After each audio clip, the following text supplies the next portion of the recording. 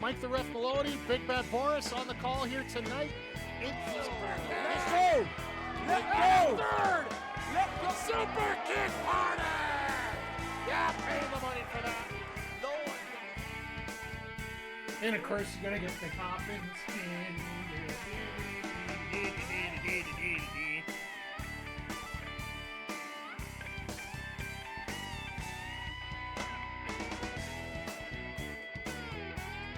Well, yo, and away we go. Happy Wednesday, everybody. Good to see everybody here for the AEW Dynamite Sidecast. We upped our design. They upped their design. Life is going good. Did some small changes from what you guys saw at the pay-per-view. So, just getting ready for tonight's show. And wow, it's been a crazy few days. And very little on the controversial side, I think, is probably the best part about it right now. I think the only bad news we've heard so far is Sammy Guevara being suspended from AEW for not following referees' orders to finish a match off when somebody was in concussion protocol. But, yeah, other than that, I don't want to short sight that. It's stupid what he did, but if all the facts are lining up the way they're sounding like they're lining up, he did something very stupid there. But other than that, we have had an excellent week of wrestling. I heard Raw was good. I didn't get a chance to watch all of it, but I've heard many good things about Raw this week. The pay-per-view was, I'm still going to say this, All Out 2021 has been considered the biggest pay-per-view in AEW history in terms of quality as well as just raw overall numbers. And I think last night might come close to that in terms of numbers, but definitely came in terms of when it came to quality. Probably one of the best shows that we have ever seen at AEW, culminating with that insane tornado tag match as the main event there for the tag titles. And so much coming down out of the pipe out of that, with basically Sting saying he didn't want to win. He wanted the Jacksons to win and move on, which would have made a lot of sense in a lot of it. As well, we have that Takeshita and Ospreay main event, which was absolutely insane. Or I say main event just because it felt like a main event. Hell, half the matches on this card felt like a main event, and I think that to me is probably one of the biggest selling points of the pay-per-view. If you haven't seen it, I would highly recommend getting it. If any of you are here from the sidecast we did on Sunday, always appreciate having more people here, and I thank you for stopping by. All our sidecasts are available on our YouTube channel, so feel free to check out our gaming YouTube channel as we go along here. But we move on to tonight. New stage for Dynamite. If you've seen it, it's more... I basically, the way to explain it to me is it's very video gamey. It's got the... it basically looks like Raw, except it has two highlighted tunnels coming out the sides. So for me, it does feel like a video game. It does feel like something you could recreate in WWE 2K24, which I think is an absolute brilliant move. And then for matches tonight, we got Hook defending his FTW championship against Brian Cage, which I got a feeling might open the show. Either that or we're going to get a Swerve promo to start the show, one or the other. We're also going to get Kris Statlander versus Riho in women's action, which this could be the beginning of possibly a heel turn for either Statlander or Willow, just because they did not come out victorious in that match against Sky Blue and Julia. There was a lot of shenanigans there, I know that much. Well, off the top of my head, I have to question myself on that result. I think the heels won that by cheating, but we also have in our main event, we have Kyle Fletcher, the ROH TV champion, actually making it onto a TV show, taking on his former Aussie Open teammate and current Don Callis family teammate, Will Ospreay. Now, this one here could turn out to be a classic. It could turn out to be awful. I want to know what Ospreay's legs are going to be like here. But I'm better than you. And you know it. Andre, 41 freaking months. How you doing, sir? Hope you're doing well here tonight. Oh, it's been a fun week here, to say the least. Having some time getting things cleaned up here. I'm glad you're doing okay. Hope everything's adding up nicely for you. I don't know if you heard the rumors tonight from Andrew Zarian, I think, is the guy who's putting out the latest rumors about tonight. I think you might hear some coin drops on Dynamite tonight here, so still looking for a new job. Yeah, it's not easy this time of year. But at least, it's better to look for a job now instead of trying to look for one when the kids are getting out of college and getting out of high school as well.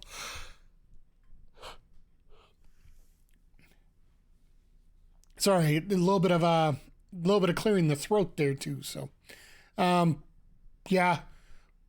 Could it be possible we could have 3 debuts in 3 weeks right here? Because Nick, looking for something more substantial. I get it. Trust me, I get it. I think we're going to get 3 debuts in 3 weeks here. There is a rumor that Kazuchika Okada may be debuting tonight. Next week is big business with Mercedes Moné there. We're pretty much assuming here. So much that I'm assuming last week Osprey, this week Okada, next week Moné. And who knows what we could get after that. We could be getting a ton more, but I guess since we're talking about big business next week, throw in my special announcement here that I mentioned on Twitter here, or X, or whatever you want to call it. Next week, you guys know when I try something new on the channel, I always have the same person join me to test it out.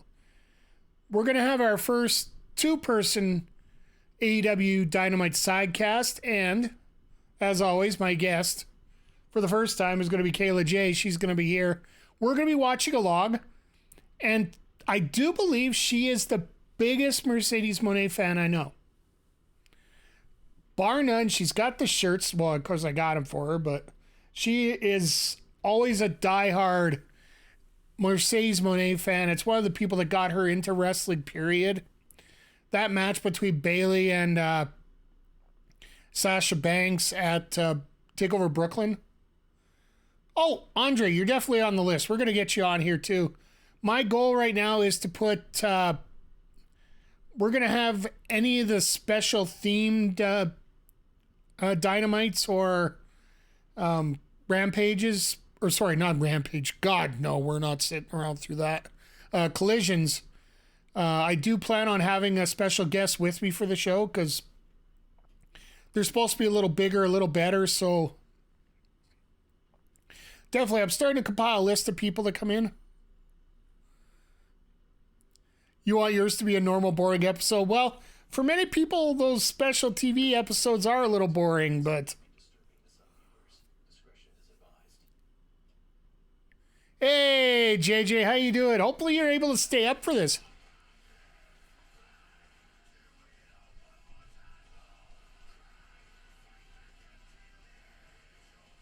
Yeah, I upgraded the background just like AEW did with the entrance right now. Damn! Little more heavier background. I like it.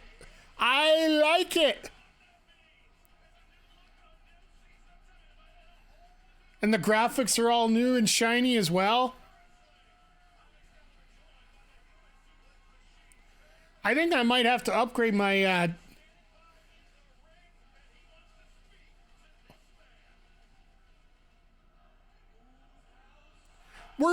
I called it. I called it just a couple minutes ago. I guess I better get in position here. The tunnels are back and they are illuminated. They actually look like my, oh, wait. Oh, more importantly, we got to get into this first.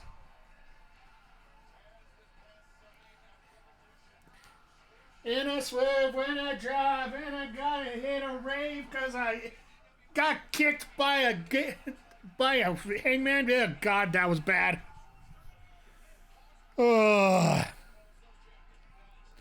That was a pathetic song, guys. Sorry, I'll get better for next week. So I have you on my phone, Dynamite on my laptop, a Final Fantasy Rebirth on your TV. Let's go.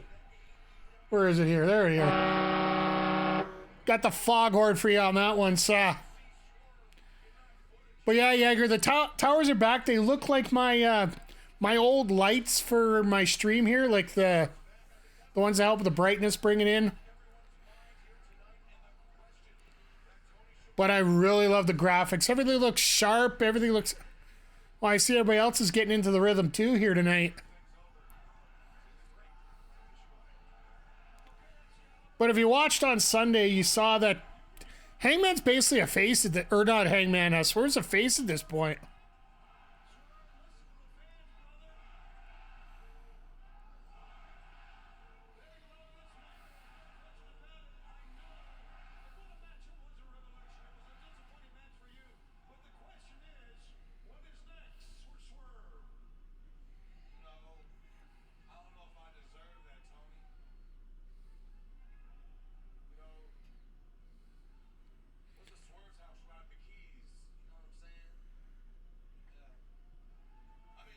Swerve's house without the keys? Hey, that's a good point.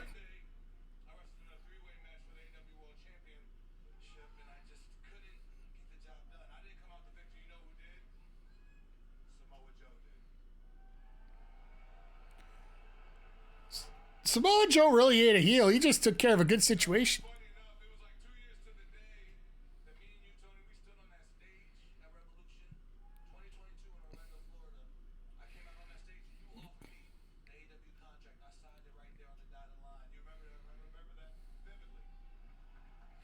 Watch this. He says it was a one-year contract and just boots it right now. Scare everybody.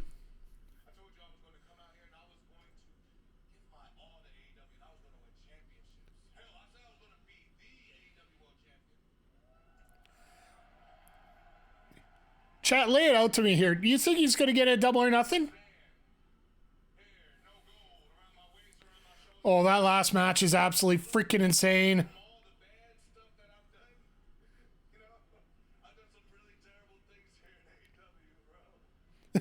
At least he can admit that he's done some evil stuff.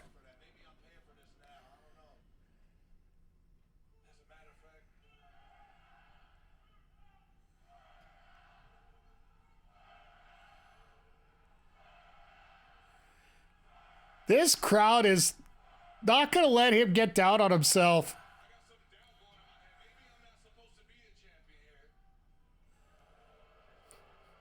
Watch this. He'll say, hey, maybe he's supposed to be the champion at...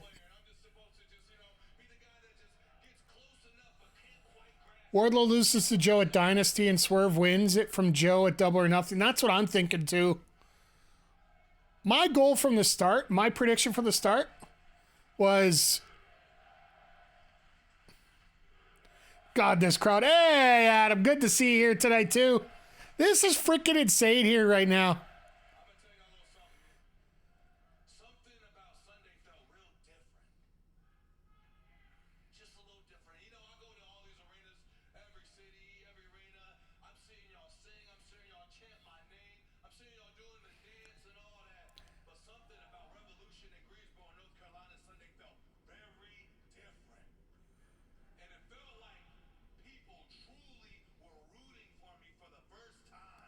We've been rooting for him for a long time. What the hell are they talking about?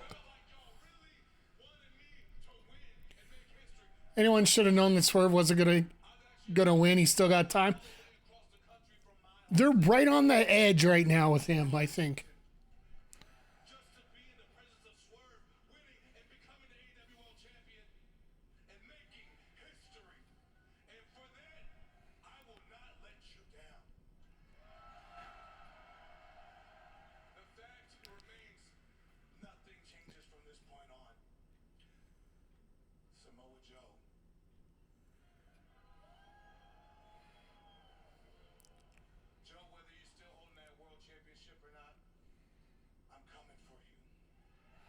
Ooh. Could you just see it? Joe lose the title, he still goes after him. Yeah, I agree. Swerve feels like he's on the cusp of something big. It's been completely organic. Here's the thing, and this is one thing I really love about AEW versus anywhere else. Oh, here we go, boys. Joe coming out. When it comes to AEW, they take their time. Like hell, the Hangman Page storyline where he was getting the championship, they took a whole year to play out that storyline to get him the title.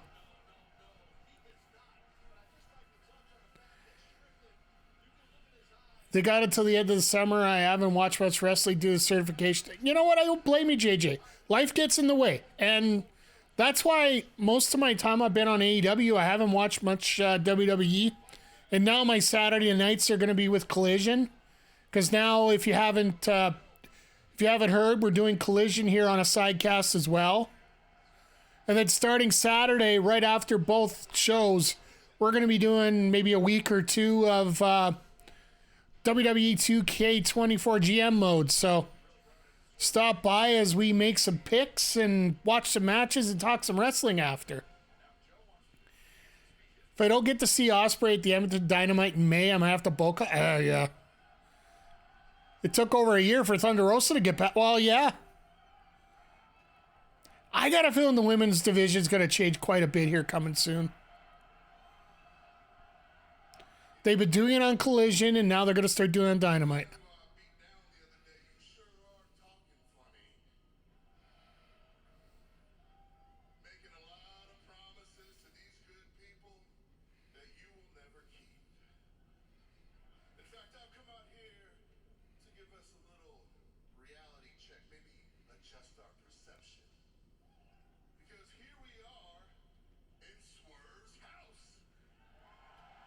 We're just patiently waiting on Monet. Yeah, the next week's going to be fun. Is Joe going full heel? Why not? Joe is one of those guys that you can flip on a dime. He's just here to push right now. Hey, Zodiac, how you doing there, my friend?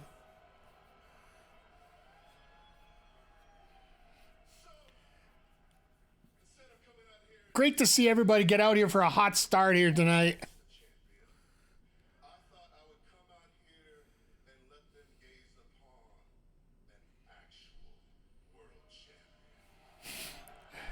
But Joe has just this innate ability to flip himself face and heel just whichever way he needs to.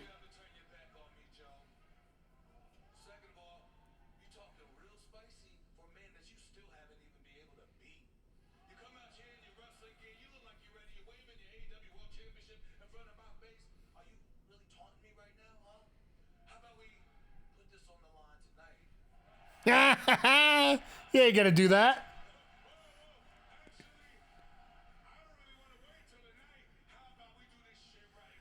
Ooh, he used the S word. Oh my God, he swore. Danielson can flip that too. Yeah, well, hell, here comes Wardlow. Let's just throw another story right into it right now. And while Wardlow gets out here to flap his gums, Zodiac, thank you for contributing another 2,000 towards the How the Ref Would Book challenge. Once again, when we get to 100,000 points, your channel points, by the way, that you accrue here for free, you can throw it to our big challenge where we're going to do some fantasy booking videos.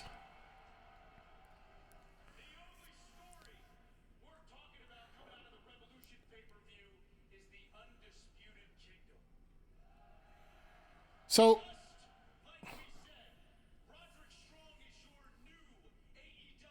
look at those glasses on Strong. Like, holy nerd. Like, he makes me look cool. Cole's going to jump out of that chair one of these days. Yeah, that's just like Roberto Luongo on X today put out the infamous Kevin Nash wheelchair gif talking about the Vegas Golden Knights bringing in Noah Hannafin today.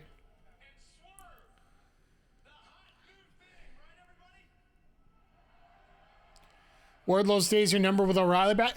O'Reilly's playing it up, and he played it up at the show like he's not interested in the Undisputed Kingdom, though.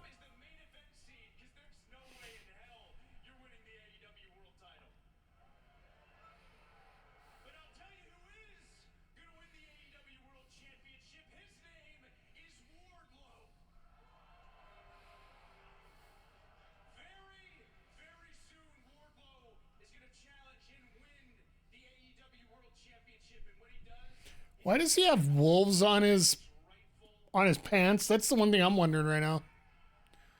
He's still got that black eye. He's a slow healer.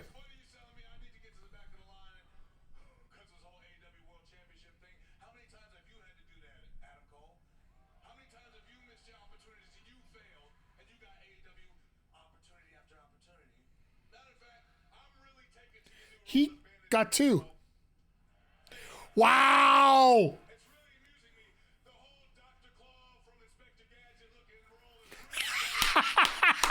Yes!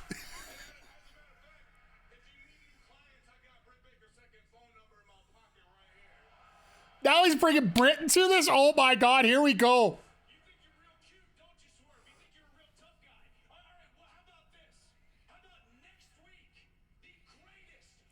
Took Rich King about 2 weeks to heal from his black. Hey, that's true.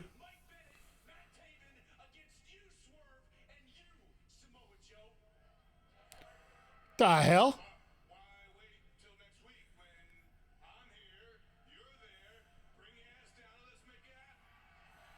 And Joe's like, I don't want this to happen.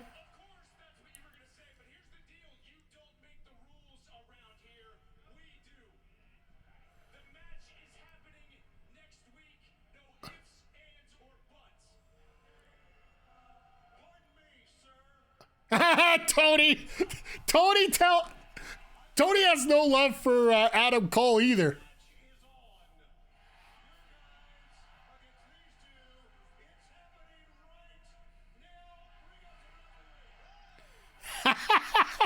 That's hilarious. And if you know the history between Adam Cole and Tony Schiavone, it's just that extra little grain of salt there to rub it in, right?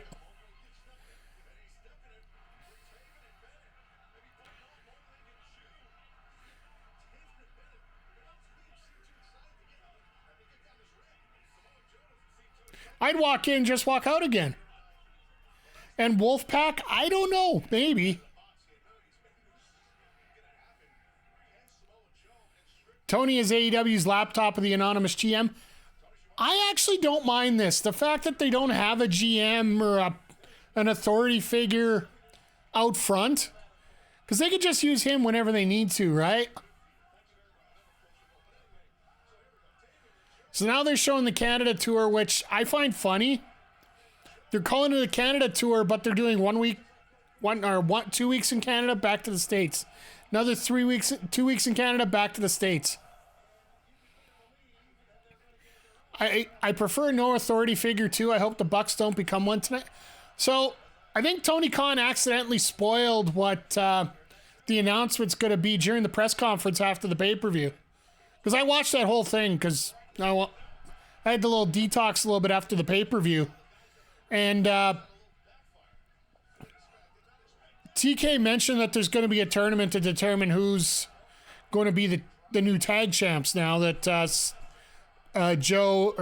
Sting had to relinquish the title. And he wasn't going to do something stupid twice by having Darby just pick a replacement while Sting's gone.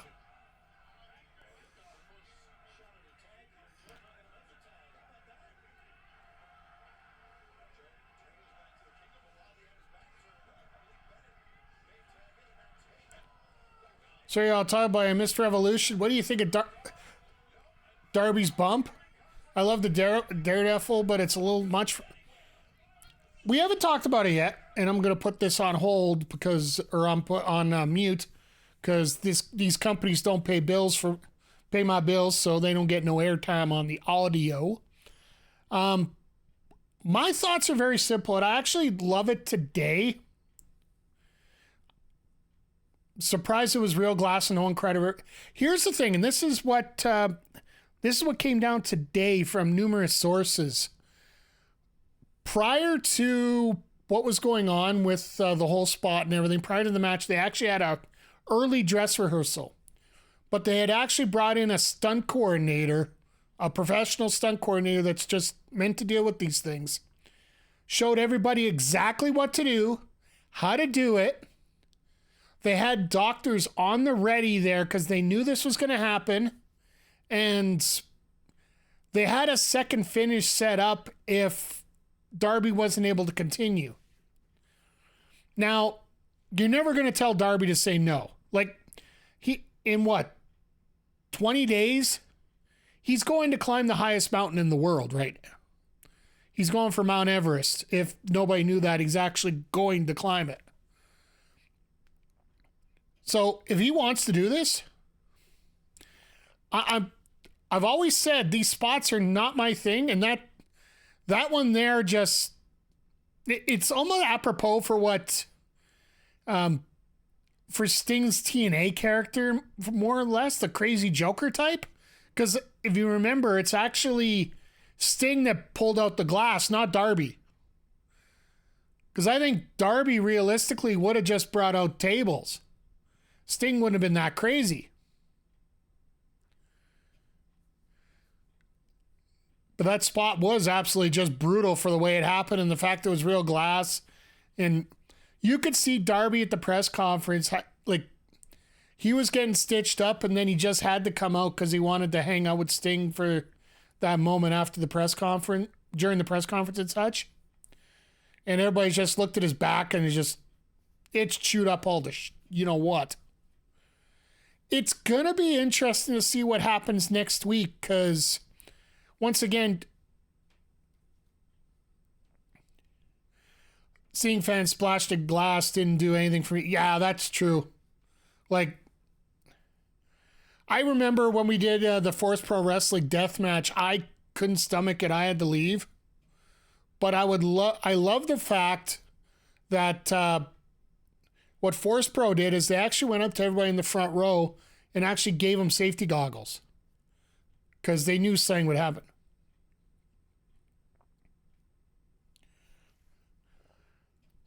So is Sting done? Will he be back as Darby? He's actually said that no, he wanted to get out before things got stupid. And he's at the press conference, he said point blank, no, he does not want to do a manager job. He doesn't mind helping out some of the young guys, but he doesn't want to be that part that's going to be a part of that, right? Greetings and salutations, Deathmatches. That spot was amazing. Deathmatch Sting to GCW.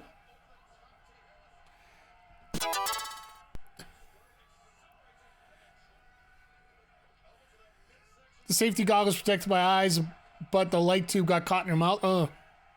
It's what happens when you cheer too much. I'm not wishing it whatsoever, but Mount Everest is deadly. Maybe Darby wanted to leave an impression. Darby's all about living in the moment, right? Like, if you go back and take a look at Darby's career, he has so much that, you know, he was basically done for. And I'm not just talking about wrestling, I'm talking about life.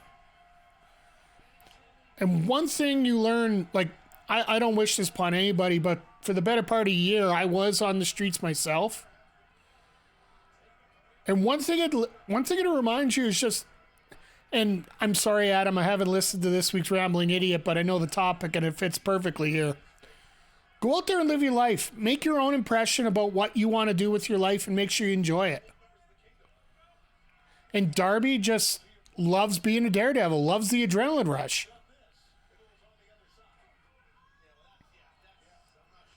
And that...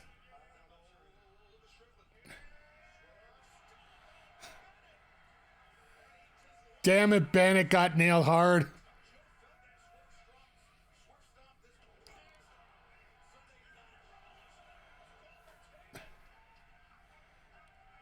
Wow. Swerve's just on another gear right now.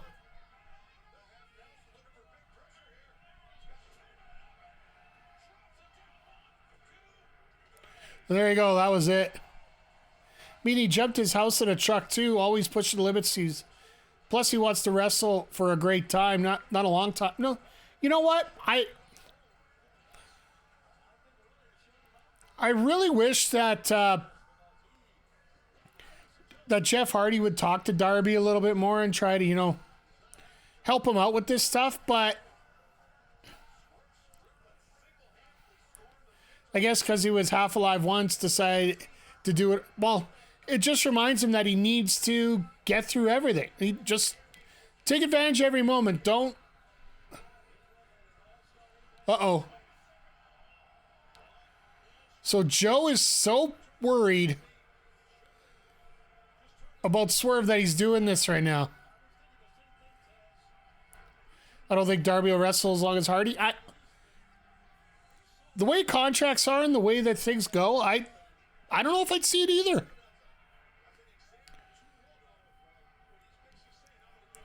But I will say this. He is a grown-ass man. If he chooses he wants to do these spots and fans want to see it, because obviously it went over,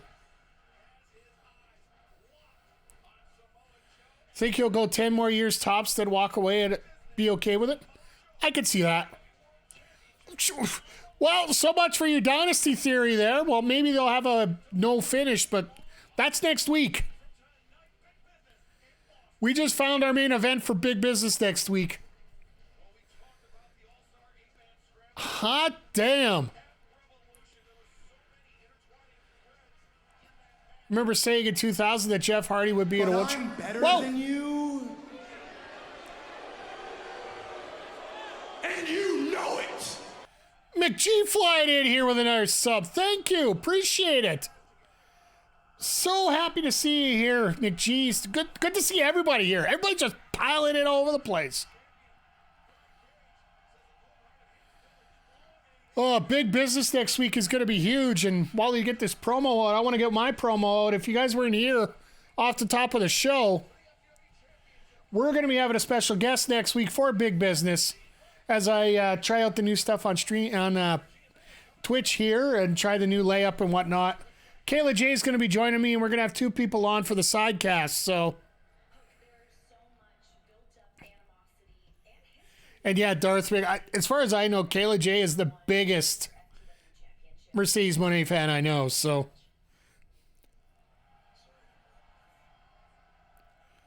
glad to see Jericho and Renee are color coordinated tonight. I'll get to your comment in just a second here.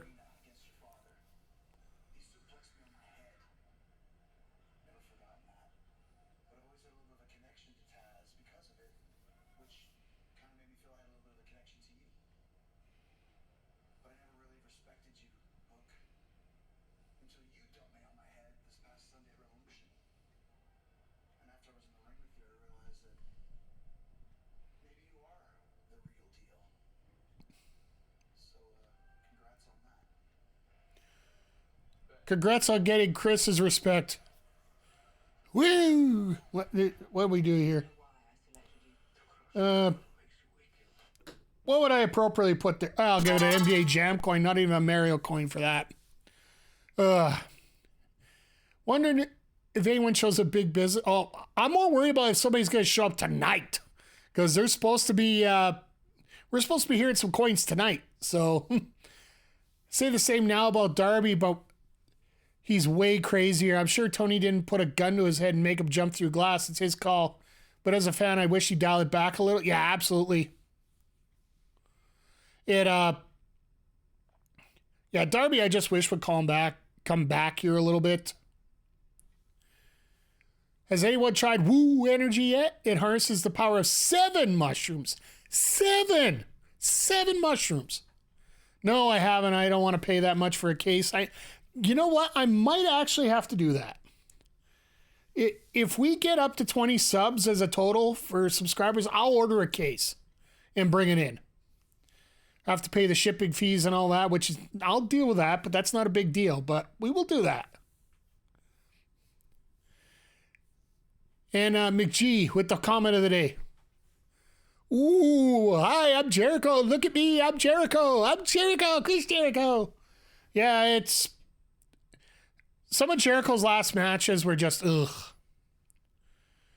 Just painfully rough to watch. And I'm glad they were main eventing because he couldn't take any extra time off anybody else. And once again, the Zodiac, Darth Vader, and as always, praise Saturn, praise Saturn, praise Saturn. I'm actually looking at a couple Saturn games to see if I can get him on the stream here. Maybe get him on Fightcade here. We'll see what happens here. Oh, so many new things coming up on the channel here in the next month here, and I just want to make sure I keep everything under control with it. Let's see here. Can't handle one mushroom anymore. That sounds normal. I think a lion cell from Jericho at Revolution gave Wardlow the black eye. No, Wardlow had the black eye going into Revolution. So it actually happened the week before. I think it might have been a Rampage match you're saying. Especially remember the game? He's one of my all-time favorites, but I just don't think AEW needs Jericho. That's the point. Jericho was there to get them the TV deal, to get them the second show. Well, Punk was there to get them the second show, but Jericho was there more of a basis for that. And I think Jericho could still be used there, but used to the level that he's at is not good. He's put over so many young guys, he just seems washed up. Like, he doesn't feel like he doesn't have a way to get over. We don't need Jericho on any pay-per-view anymore. I would love to see him on, he'd be like a good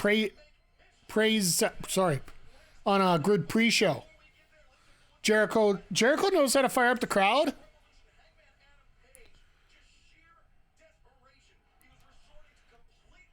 So this is where they're going to probably got the black eye from Sammy. I'll give you that one for that.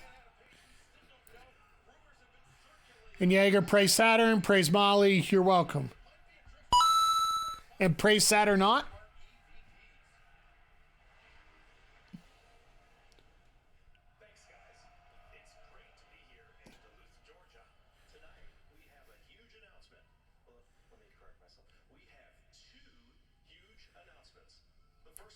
Think you can pull off a GM character?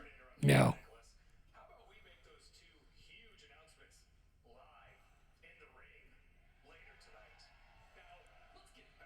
Now they're mocking Tony. That is great. Mocking TK. Corporate Bucks. I love when somebody can pull off being a prick effectively. I hate the Bucks so much. So whenever Adam sees the Bucks,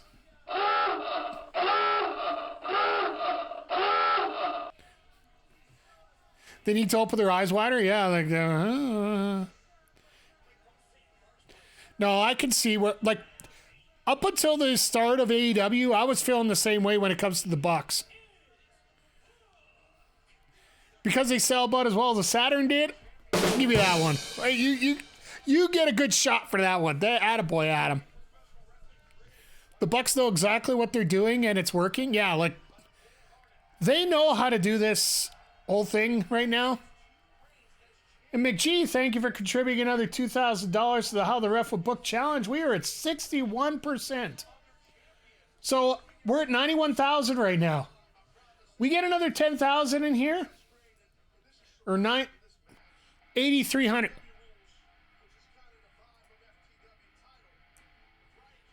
Have they always done the hook spotlight, hook signal thing? What in the world is he wearing tonight?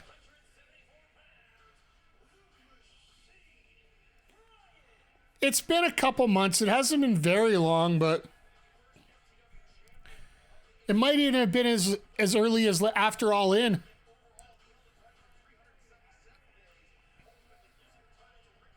Someone dressed as Ralph says, no, that's supposed to be a typical WWE fan. There's my tribalistic comment of the day. All right. My comic books are waiting on me here. He's not part of Streets. Is that his Tekken gear? Yeah, they're in... I guess they're in Duluth, Georgia. That makes a lot of sense. Cages as wide as my house. Yeah, that's it. You like the new Dynamite set? Yeah, like, it's basically the old set, except there's a couple things I like about it. One, the Tron up top is very similar to the one they use on Raw and SmackDown. Or the old one they used there. Yeah, I think that's his King gear. Because he had the cape on. That makes the most sense. I was trying to remind myself what it was, but I was trying to think Leroy because of the cape, but not. But yeah, King makes a lot more sense when it comes to that because he's always been a Tekken fan. So, and you gotta love the Wolverine tag on the back. But in terms of the set, you have it's similar to what they used to have in WWE for theirs. So you could easily create it in WWE 2K24, which I'm assuming has already been done about 40 times. And those tunnels are just, for me, the glowing tunnels represent a lot because there's a lot you can do with them.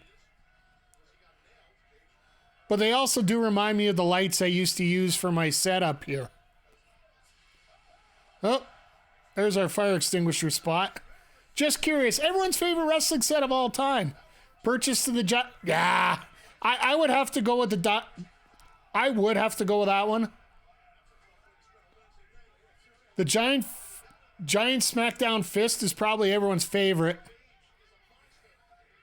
It's so cheesy to me. Yeah, like you can go with that, or if you really want to go cheesy, you go to the go to TNA where they actually had cage girls out there while they were trying to come out to the ring.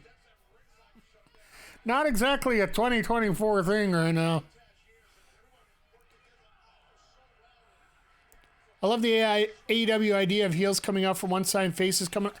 It's an old school WCW thing. Jesus! I'm sorry, I'm throwing this out now because we're probably going to get about 4 of those coming up. Halloween Havoc sets were amazing, like the old Nitro set too with the big metal WCW. Yeah. Where the hell was it? I was trying to figure out where Hook was there. Just the way the camera worked, it's almost like you just ran into nothing. Oh, Jesus. First SmackDown was really good. Unpopular opinion, kind of like the revamped Nitro set after the classic Nitro. I didn't mind any of those. Like, for the most part, the sets haven't been that big of a deal for me. Hell, I even enjoyed the ECW set for the fear fact of it showed what it was. Basically, you trying to run through a brick wall. To come out, it looked grungy, it looked evil, like 96 Bash of the Beach. Like, let's face it, every single entranceway that you can look at in 2K24 is probably going to be a good one. WCW Saturday Night with the metal doors. I liked how Raw ECW. Yeah, that was the exact point, Zodiac. It didn't feel overproduced. And that's the one thing I enjoyed. Like when they had the big custom pay-per-view setups, the White House in your house was rad. Yeah, I would say that one. You'd have the... do you guys remember from Vengeance? The glass panes from 2001. Shane McMahon could attest how strong those panels were. Hey, Darth Mick. But I want to go with Vengeance as well. Those swinging hooks that came down that you could use. I remember there was a TLC pay-per-view with Cena versus Barrett where Darby stole Shane's gimmick. True. The only difference is Shane got a little bigger. I'm using the new soundboard. I got lots of these. I was going through my computer today just because I was trying to clean up memory for all the streams I got. I got a lot of sounds to add to this thing yet. It's going to be fun. Also, side note, you missed Kurt Angle? Yeah, I'd agree. NWO sold out with that big staircase and the black and white effect through the whole thing. The fact that everybody who wasn't NWO got a generic entrance music, like basically your best creator wrestler entrance music, that was somewhat great. Now on the network, you really won't tell the difference because all the music is muted out.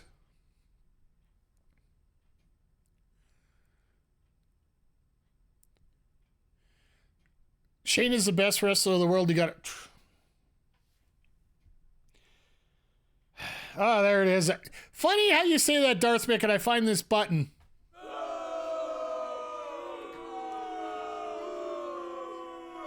I won't give it the full 20 seconds. That's fine. Ugh. You gotta love how they have an old-fashioned microphone cable.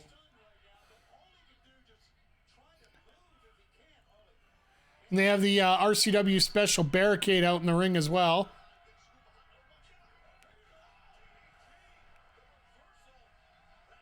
That looked a little awkward. You know what's really frustrating about Shane? I loved him in the Attitude Era. Then he decided he was a wrestler and not just a spoiled rich kid. Yeah,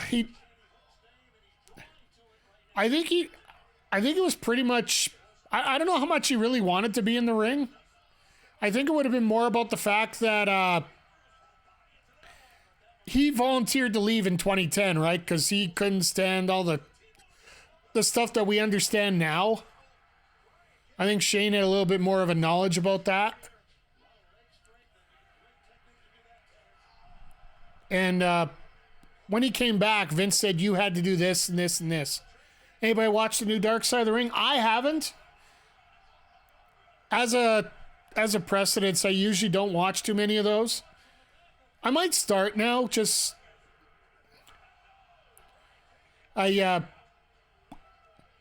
it's under a case of don't meet your heroes. I've done that way too many times.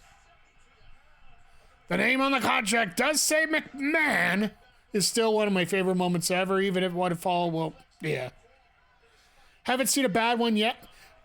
I'm not saying they're bad. I've heard they're very well produced. They're very well done. It's just the subject matter. Like, there's some stories I could tell you about locally that just... I don't want to bring those demons back up. That's the best way I can explain it. One powerbomb. It was decent. The one at best, but it was worth just to learn more about John Tenta. Yeah, like... A lot of people on the Western Canadian scene knew about John Tenta quite a bit. Again, my favorite Dark Side was Bash at the Beach 2000. Yeah, Adam, I that story about the whole what happened with Hogan and all that, it just confirms more about what a lot of people think about Hulk Hogan. And it's why I can't really stand seeing him, period, anymore. Because, well, it's like I've heard from a lot of content creators and a lot of people why they feel like they're getting out of it. For the fact that they just seem so disingenuous. And it reminds me of Hogan oh so much. And in a way, no, trust me, his personal feelings, I do not care for Hogan one bit. His personal values are absolute garbage to me. But I think of it also this way. If Vince is going to turn around and say that he can do X and Y, let him. If you're in that position, you're good, and he's going to let you do whatever you want. By the way, those tacks are absolutely horrible. I'm glad he got him on his rear end instead.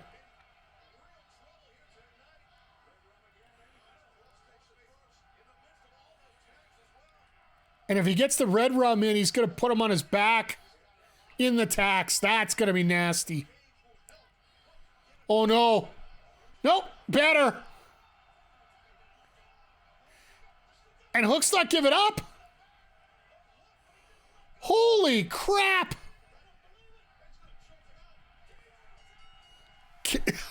Wow.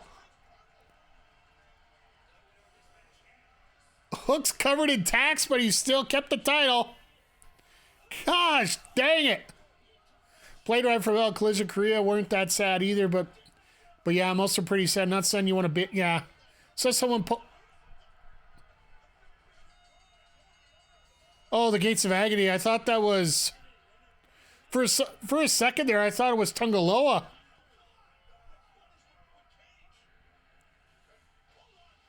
Oh. Uh-oh. I think I saved that one for an important thing. And here's the other part of it. Well, we know what's coming up next. Hook and Jericho versus the Gates of Agony, immediately followed by Hook versus Jericho. I will say this, putting Jericho in tag matches actually makes things a lot better. So someone posted on Twitter that the first thing they do with every new wrestling game is book a handicap match where a bunch of black wrestlers beat Hogan down. Yeah, I don't blame them.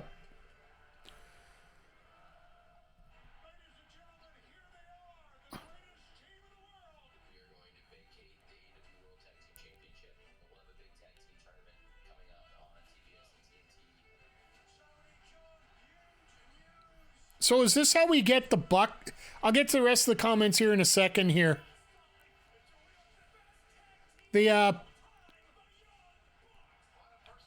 Is this how we get Bucks FTR finally? The finals of this tournament?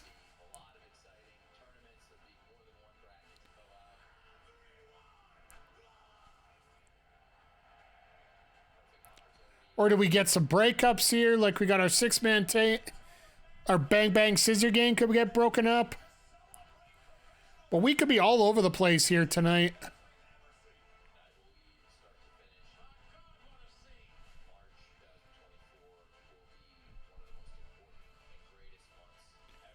I will say this. I do agree with Tony Khan that this month is going to be a pinnacle moment.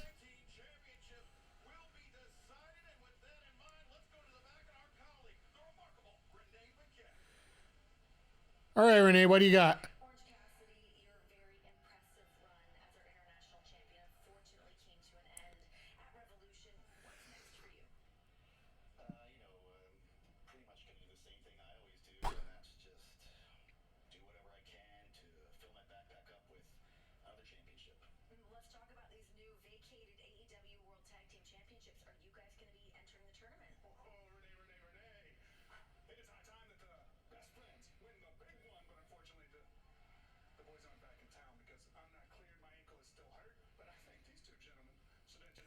Trent, oh, here we go. Here's a story for you.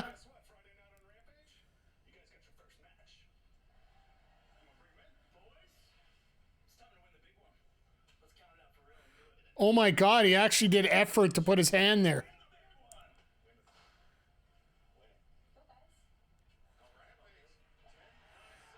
Yes, the Hero Among Heroes is coming out, so I got a chance to read these. Fun fact, Sammy Guevara is suspended. I believe Matt Hardy and Sammy are both slated to be... I don't know if... I could see the suspension, and I know both of them will be there. I could see them being on the opposite... What the hell? Oh, she got a Mother Wayne shirt. Wonder how many people are buying those. How many women are going to buy those shirts, chat? Mother Wayne? Nation of Domination versus Hogan. That would be amazing. So with Max Caster, I think his rap issues are a total work.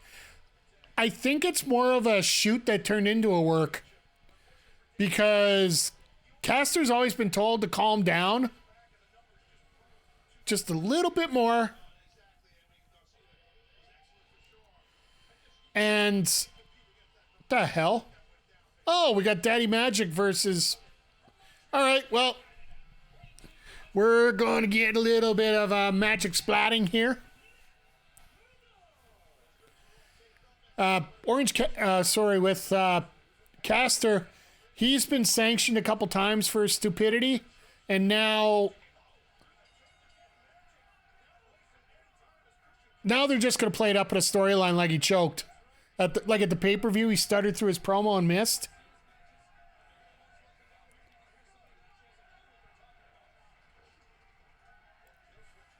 What else here?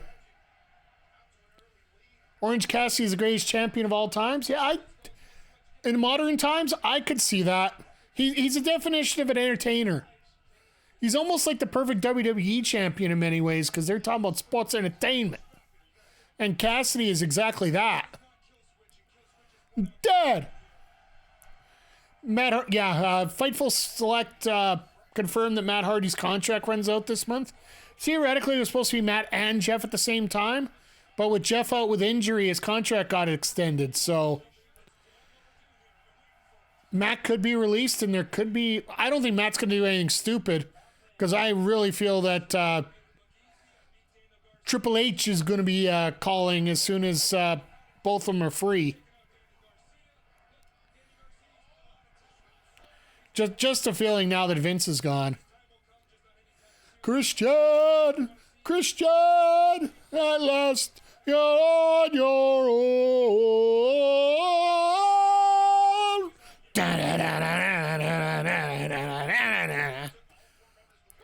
I think that works about his best, right? Should have the final spot open in a tournament and have a lottery picking 2 random wrestlers. Then have Edge and Christian randomly paired together. That would be fun. But I don't think... That would be a little too obvious. So, Daddy Magic is Shaylee's favorite wrestler. He's about to get murdered. I love what 2.0 did on the indies. I love what they did in NXT. I even love some of the stuff they did. Oh, God, that's it. Christopher Wrestler of the Century.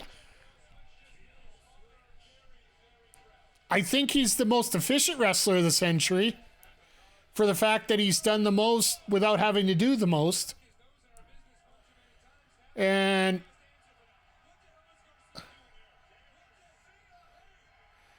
look at those pants on Garcia. Those are amazing pants.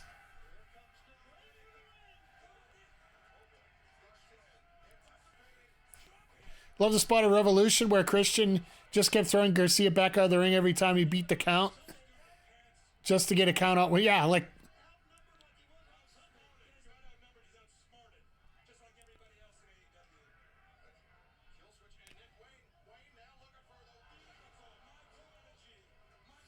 The Prodigy Cutter. A.K.A. Oz Cutter. I think the Hardys end up leaving and going into the Hall next year. What are they going to do in AEW? I love the guys, but I think Jeff is using this. Jeff might be in that position here where you might think that it's all about how much TKO is willing to put up with the liability. Because one, Jeff's not going to get out of the country, so Money in the Bank, Bash at Berlin, there's no chance he's going to get there. Oh, look at what we got here!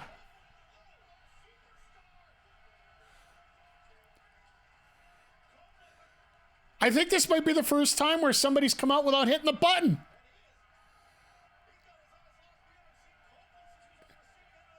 Did not hit... Why do I have a feeling that Copeland's been used to grabbing something that big with his hands like that? I don't want to suggest anything, but Beth might be a very happy man at this point. Woman. Sorry, my bad. And Copeland and Christian are out of the building. They are in Toronto, that's true. Toronto, Ottawa, Winnipeg, then Edmonton and Vancouver. TNA Hall of Fame. Yep. I'll not even give you the Marrow coin, just the... Give you the NBA Jam coin there.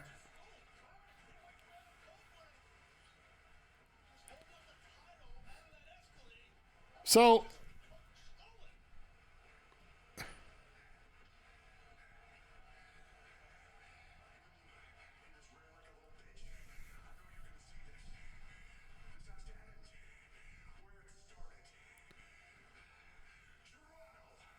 There you go.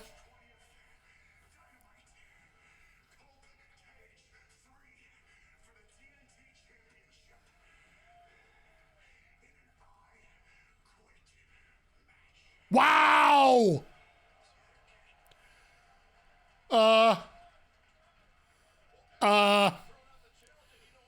Yeah,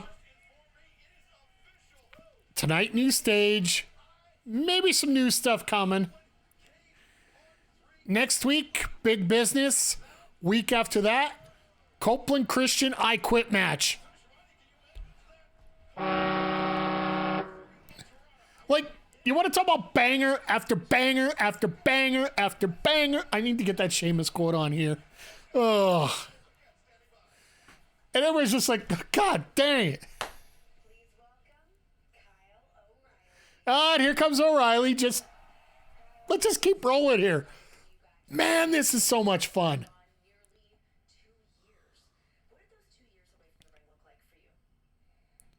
I hate admitting this, but for a while there, I didn't think that I would ever wrestle again.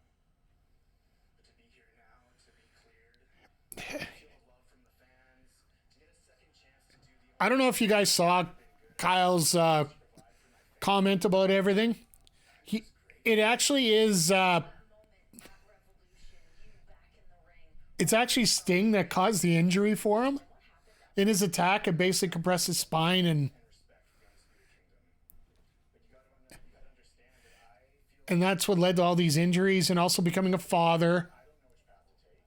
Sometimes you get on that path and you're with your friends and it's amazing, but it's the easier path. So now that I've got a second chance, I've just got to do it on my own. So great to see you back.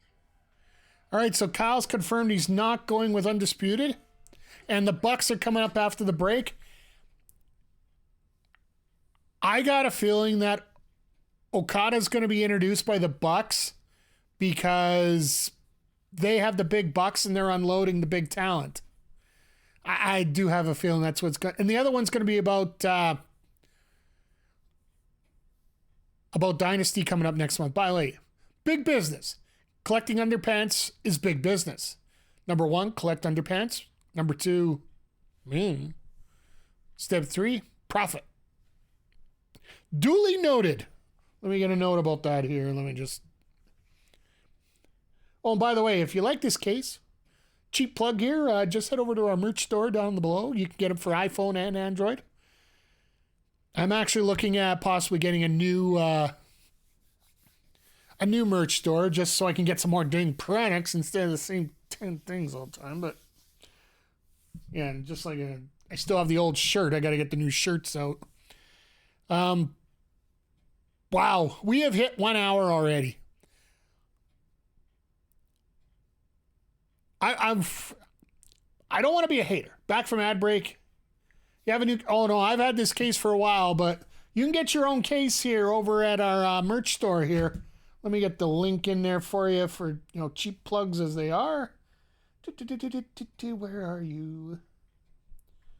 Thought I had all these. There it is. Sorry, I haven't put new labels on... I haven't put the labels on the... you have the Backbreaker Media? Oh, nice. Thank you, JJ. Appreciate it. I haven't... I got my Stream Deck completely decked out with like a whole new setup here, so it's like 16 times easier for me to do stuff. Like, I could show you right now. I literally can change the logo on our show here tonight in like 3 seconds for what's coming up. By the way, that's our new logo for Saturday. Let me put that back. Little things like that I could just literally boom right away. And it just... getting the tools, getting the knowledge, more importantly, getting the time to organize it, you would be amazed how much easier it is. Now I just have to work on the offline content, which, yeah. Honestly, AEW would be so much better in Canada if they had a better TV app. Here's my prediction, McGee, and I'm going to throw this way out in left field. The WWE deal with Sportsnet runs out at the end of the year when everything moves over to Netflix. Because TSN is going to be pushing hard for the NHL deal.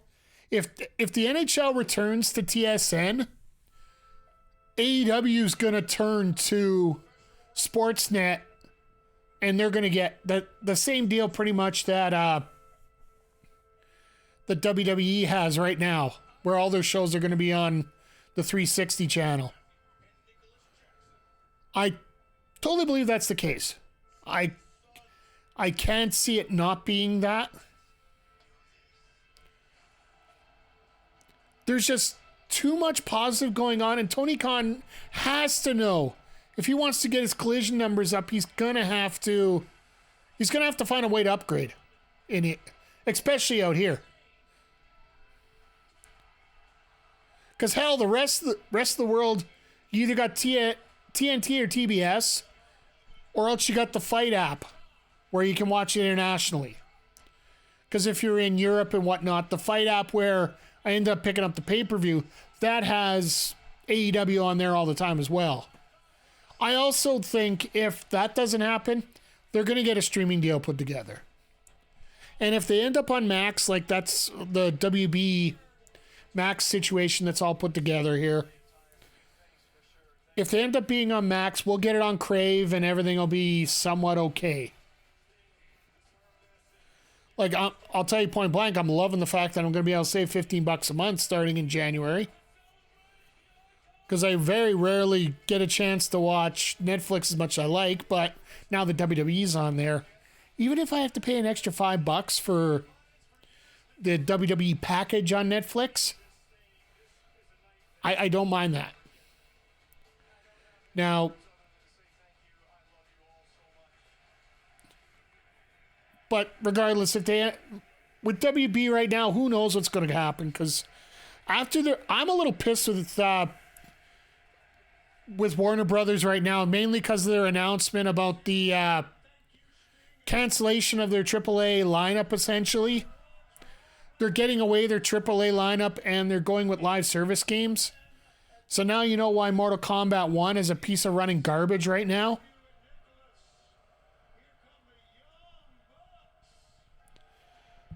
Well, at least Tony put a little bit of excitement in his voice on that one.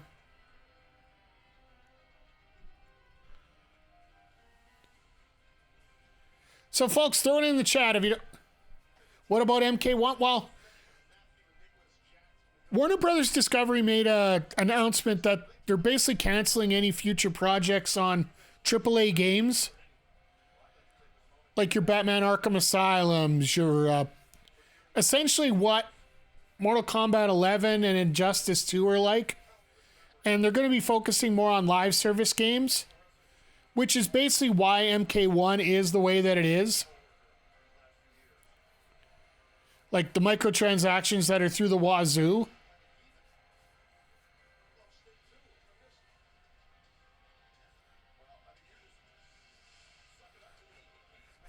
I love how Nick's sitting there, or Matt's sitting there just, come on, Pyro, let's go. Fire more, fire more.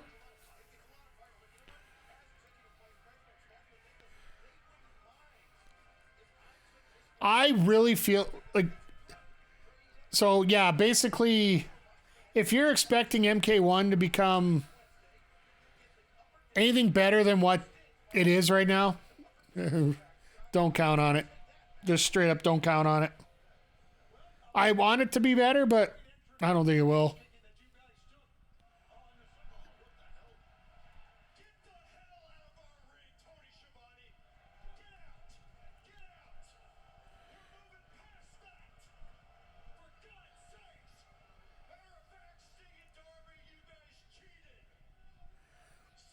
Oh, God.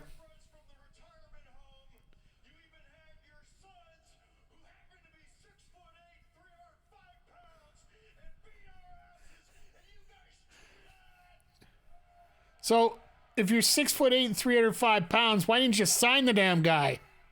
Matthew brings up a good point. There's something you can't take away from us, your EVPs. We ended Sting's career forever. I love how Nick is turning into such a piece of garbage right now. Coming up, and guess who is entering themselves in it? Well, of course you should be in it. Get those tag titles back now. Okay. On to today's agenda. Okay. We've got two items to discuss. Two huge announcements. Oh, God. First, though, the first item is a little bit of housekeeping. And this is really tough, actually, now that I'm thinking about it, now that we're out here. Because it pertains to two of our dear friends. But we are EVPs, Dan. We take these jobs serious. And we got to make the tough decisions. Adam Page, Kenny Omega suspended. To show no favoritism, no bias in the back of that locker room. Our hands are forced here. Hangman Adam Page, Page suspended. put your hands on two AEW officials at the pay-per-view on Sunday, and you cross the line. So, he's going to TNA? He said cross the line. So unfortunately, Hanger, we have to suspend you indefinitely from the elite without pay. So there has been talk that Page needed some time off anyway. The next one, I don't even know how I'm gonna say this one. Oh my god. Okay, I can do it. Okay. Kenny Omega, Oh, God. Here we go. our dear friend. Kenny, it's like you disappeared off of the face of the earth or something. You haven't made any of your dates for no. So he's going to be suspended now. I can't figure it out. So, as far as Remember when Page drank every week like that? Yeah, fair enough. Ken, you're fired. Well, he's no longer an EVP. We knew that in January. Love you guys. And I also apologize if you had to find that out on live television, because actually I know that you did. But listen, right in the group chat, we're free all weekend, I think. Maybe we're not. But anyway, item number 2. We're actually really excited about this one. And I know that you're going to love this one too. Oh, yeah, here we go. Here we go. I think he's pretty much everybody's favorite babyface in the promotion right now.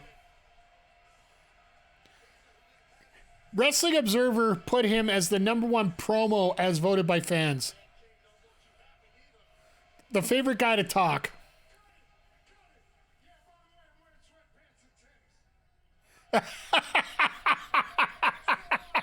He's not a fashion icon. You said if I talk crap about you guys, I'm going to be fined, right? You might as well do it now, bitch, 'cause I got something else to Just throw money at him, all right. professional. Hey, let's take this conversation offline, okay? We can talk like gentlemen. Yes, let's go to the back. Don't air our grievances on national television. Oh, please. Please let this be the... Please let this be the debut we're looking for.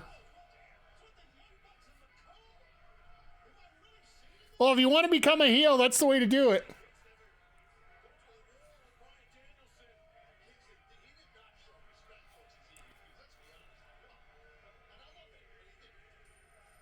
There it is! Oh my goodness! We knew it was coming! Here it comes!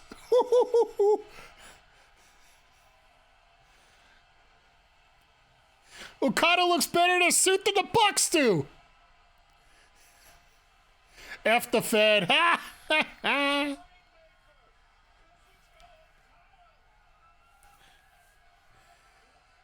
The reports are... There are so many reasons why Okada could pick here over WWE. Could you imagine him turning heel right now on Kingston?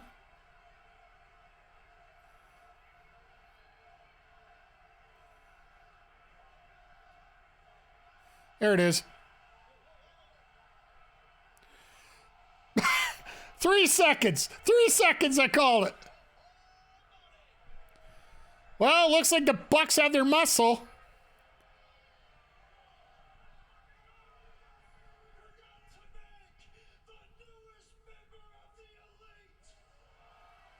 Ha ha!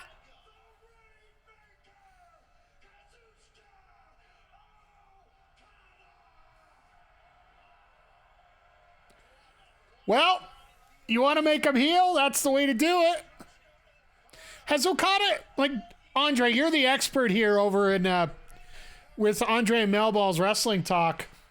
By the way, great shows, simulcast on Backbreaker Video. Has Okada ever really been a heel before?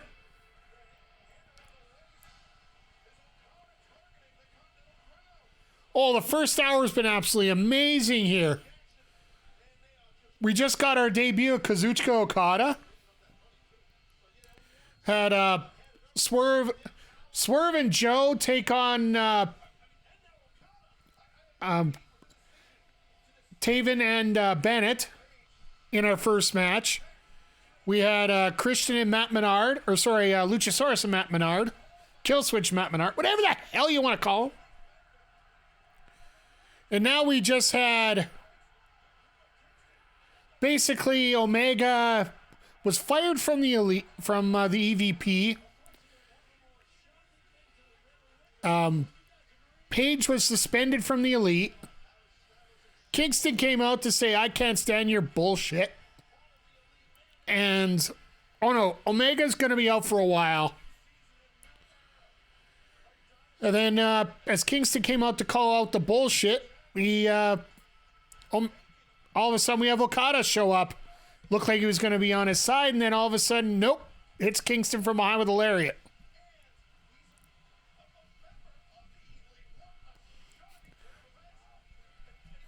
Well, you know what? If you're going to make a debut, that's how you do it.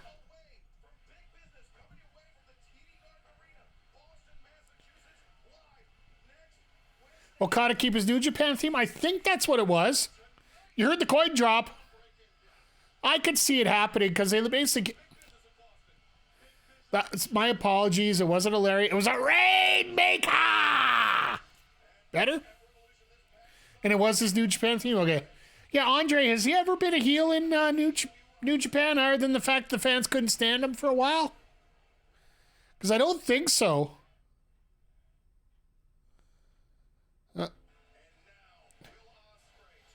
Well, the video department's acting up here.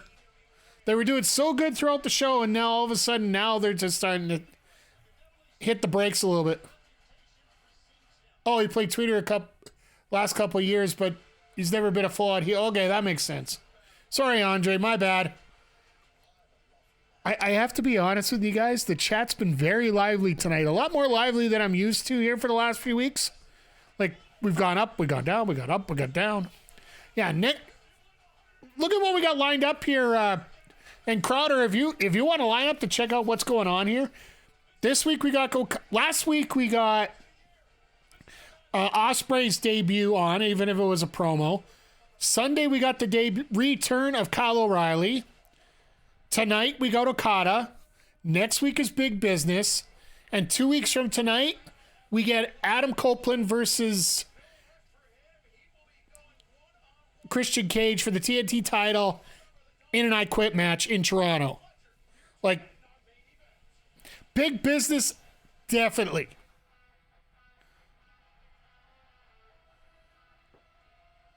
So who do we got going now? Oh, and now we get Statlander and Riho. It's already 10 after 7. I can't believe that. I'm hoping Callis and his crew turned on Fletcher, and Osprey and Davis returned to save Osprey and Fletcher. They officially returned the... I could see it. I believe... well, Osprey shouted out Davis in the press conference. I don't know if he means he's going to be coming back anytime soon, but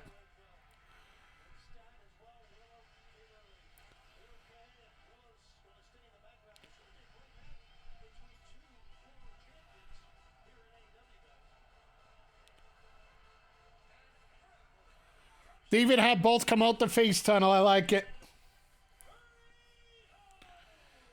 All right, shout out to Shouter to Cloud. Riho's here tonight.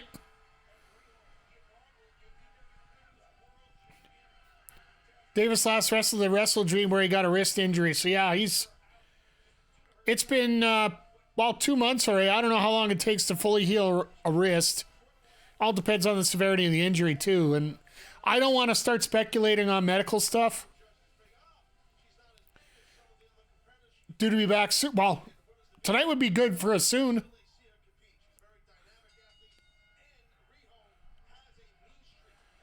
But isn't it amazing right now how much wrestling is on a complete roll right now? All the way across. Like, take 40-minute promos aside. Everything's just been so good lately. Even the women's matches have been pretty good. I'll still say this. I wasn't a big fan of the finish with Purrazzo and Storm, but I think that was more to be expected because they wanted to have that dirty finish so they can get a rematch sooner or later. And I don't think we're going to hear anything about that until next week, at least. Because I can call it right now. They're going to get... we'll probably get Mariah May and Purrazzo in a match next week. And Tony Storm will start beating down Purrazzo and Monet will make the save. Tony Khan is relatively predictable, but he's...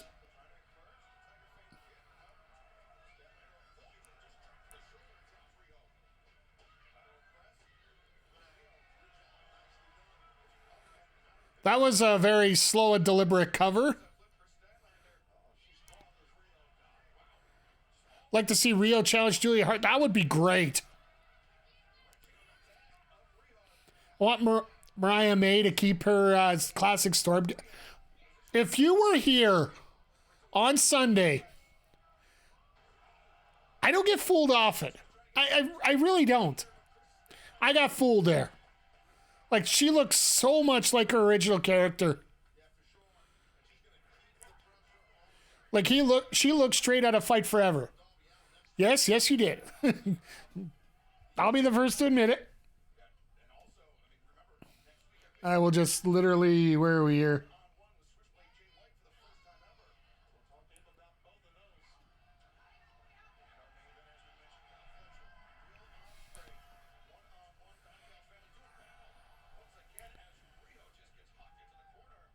Not playing. Oh, fair enough.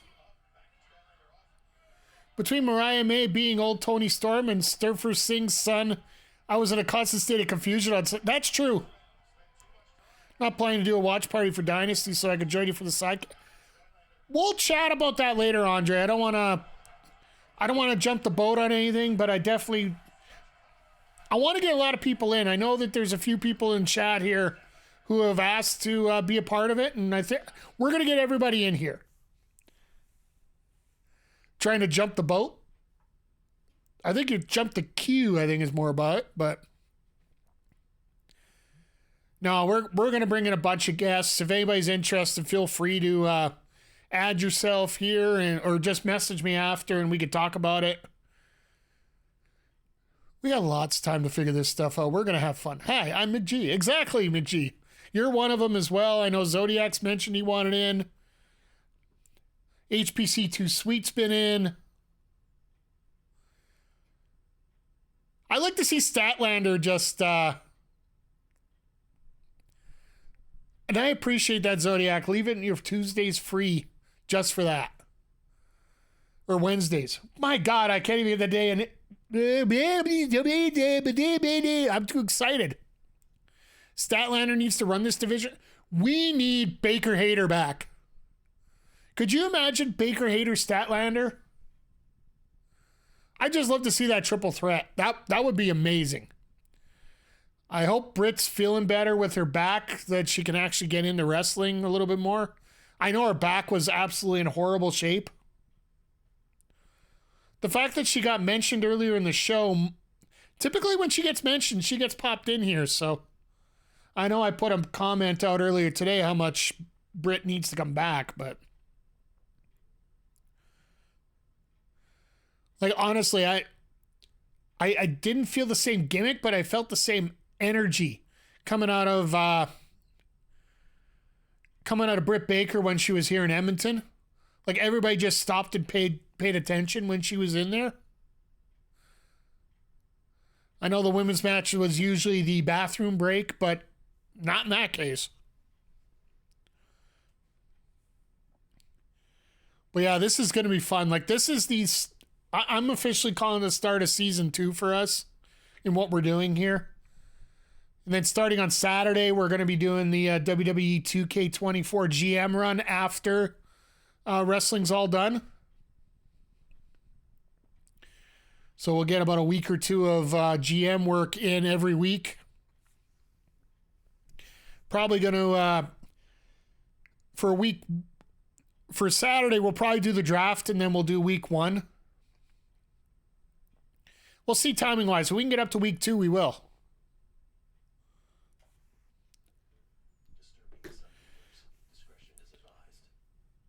This is going to be fun checking things out as we go along here because it really feels like AEW is starting to turn a corner here. It's taken them a while. It's taken some headaches. It's taken getting rid of some.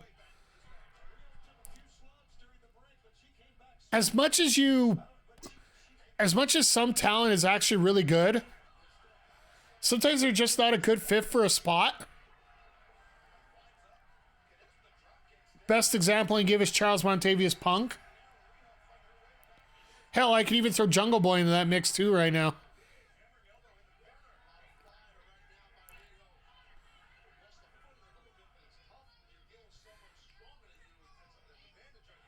Statlander is dry cereal with milk. Why is it then that I enjoy...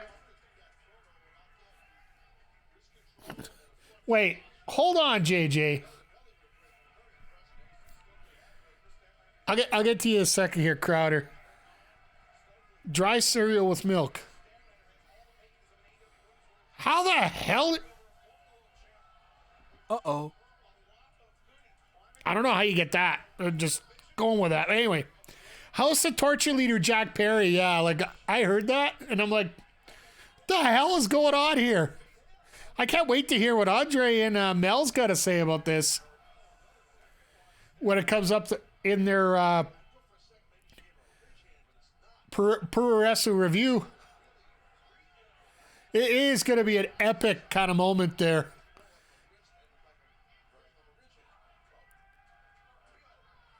No matter what she does, she is. I think she's hitting quite a bit, actually. Biggest thing I was going to say, if you're not a fan of dry cereal,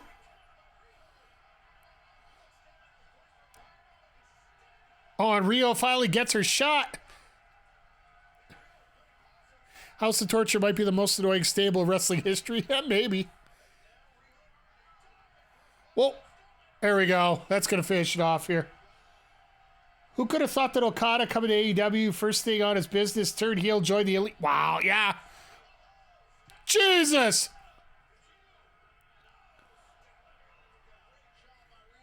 Okada joined the Elite Surprise of the Year so far? You know what? I don't even want to guess that because you know what? We got so much coming on. By the way, thank you for the chat. I appreciate it here. First time chatting tonight. There's been a lot of shocking things going on. But hell,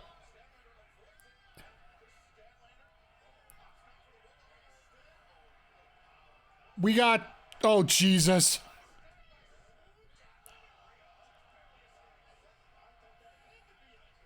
That'll be out tomorrow night. Oh, thank you for putting the link in there, guys. If you guys haven't had a chance, check out Andre and Melball's channel. These two know so much about Japanese wrestling and how things work.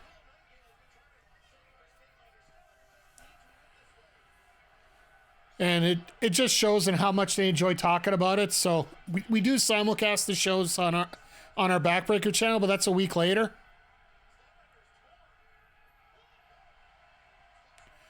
And that's how she loses.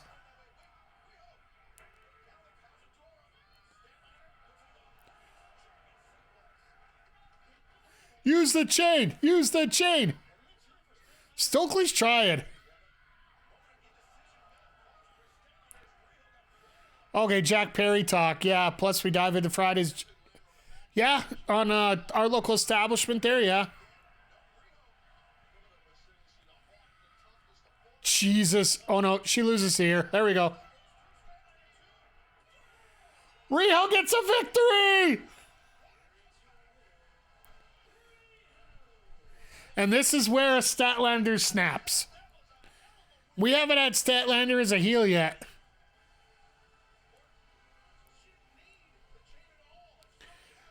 But no, in terms of surprises this year, like, that is legitimately a surprise. Okada doing something that John Cena never would, even though he was told he was supposed to.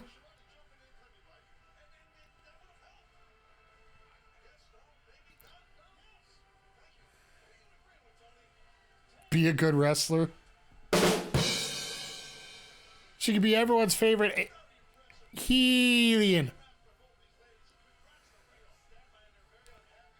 It's funny because now, ever since Statlander changed her moniker,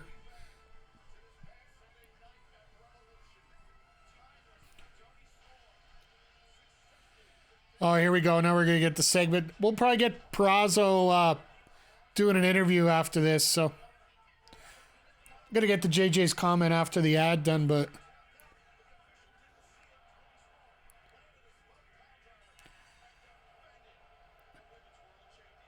by the way, thank you to everybody for stopping by here tonight.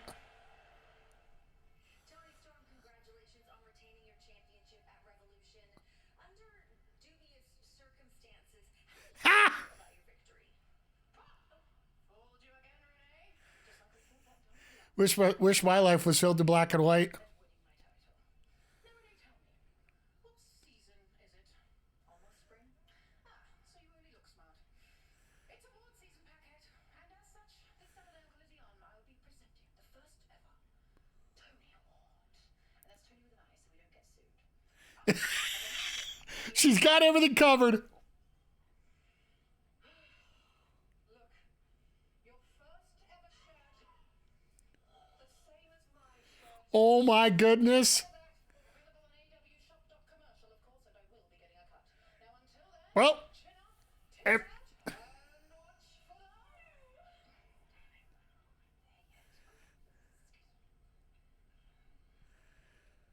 the well, I hope you guys can open another link. Don't just leave my show to get the go get that shirt right now. That's actually a pretty good shirt, to be honest with you. I'm up for what Jack Perry is like after leaving AEW before I say nah to him. Well, House of Torture's been a bit of a joke gimmick, and maybe he can bring some seriousness to it. Wish my life was filmed in black and white. Many people treat their life in black and white, so. And yeah, this whole thing right now with Mariah May and Tony Storm, I gotta find out what movie that. They've always referenced a movie for what Tony's doing right now.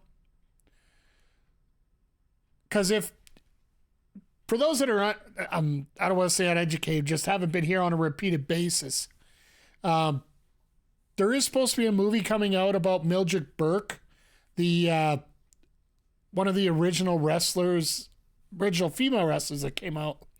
And Tony Storm played the part of Mildred Burke in that movie. So now they've sort of incorporated that into real life here and just made things go oh so much better for it. So Tony with an I so we don't get sued. They're thinking of everything here. At least we didn't get any talking about buttholes today. The shirt isn't there. Damn it! If Tony Storm had social media, we'd send it out right now. Send a complaint right now. Let Tony Khan know that shirt isn't available yet. What the hell? Or maybe you literally do have to type in shopaew.commercial, not just com. But my goodness, 7:30 already. We're 7:30 Mountain Time. Sorry, 9:30 Eastern. This show has just flown right by. This has got to be one of the better episodes we've seen in a while here. Just great action. The promo segments haven't dragged on too long. I'd have to say the Bucks one, I was feeling a little bit about Skippy get to the point here. But they were trying to mock Tony Khan when doing that, so it sort of made sense. I need someone to tell Mr. JJ that Tony Storm is the best character she's done to date. Oh, absolutely. Like, this is far and beyond the best Tony Storm we've seen. Like, imagine, like, picture how we ended up with Tony Storm here in WWE. I think people glaze over this, and I try not to say that with tongue-in-cheek here, but Tony Storm ended her WWE run with a cream pie in the face. For Kris Statlander, what went wrong out there? Went wrong. Kris Statlander wanted to do things her way, but let me just say she is one of the best female competitors that we have here in AEW. She is my favorite. I just wish that she would accept the help from the ones who love her the most, you know? Oh, listen, I have some good news for you guys because I've been informed that next week at Big Business, Willow Nightingale, you will be going one-on-one with Riho. That's good. All right, okay. Stokely, I know what you were just trying to do out there, but next week we have to do things my way. Now, Riho. I know I can beat Riho. I know I can beat the former women's champ. And I want to be a champ myself. And I'm feeling pretty good at Revolution. Stat and I, we beat Sky and Julia. So Julia, I've got my sights set on you. So we get Willow and Riho. Okay. And I am going to become the face of TBS. I just got to get through Riho first. And fans, also coming up at Big Business in a week, you may have heard this already. It will be Darby Allin. So now we get to hear Darby after he nearly killed himself here. And he gets to take on Jay White here next week. Let's hope it's not completely crazy compared to what happened. He is one half still of the AEW World Tag Team Champions. Here is Darby Allin.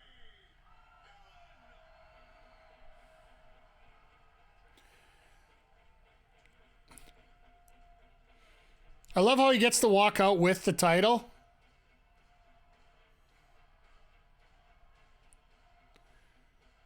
And you notice he's gone back to the shirt instead of the jacket.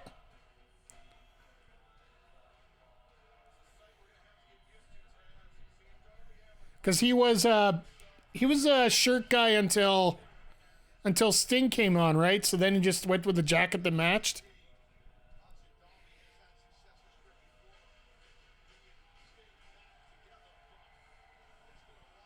Be back since you haven't seen the match. I don't think they're going to talk much about the match.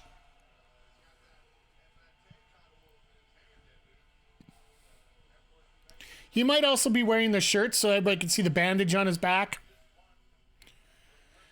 Well, I shouldn't overthink this stuff too much here sometimes. I guess that's one habit that we get into a little bit too much. But we know it's coming up next week against Switchblade Jay White at Big Business Live here on TBS. But my question for you is, what's it going to be like for Darby Allin without Sting?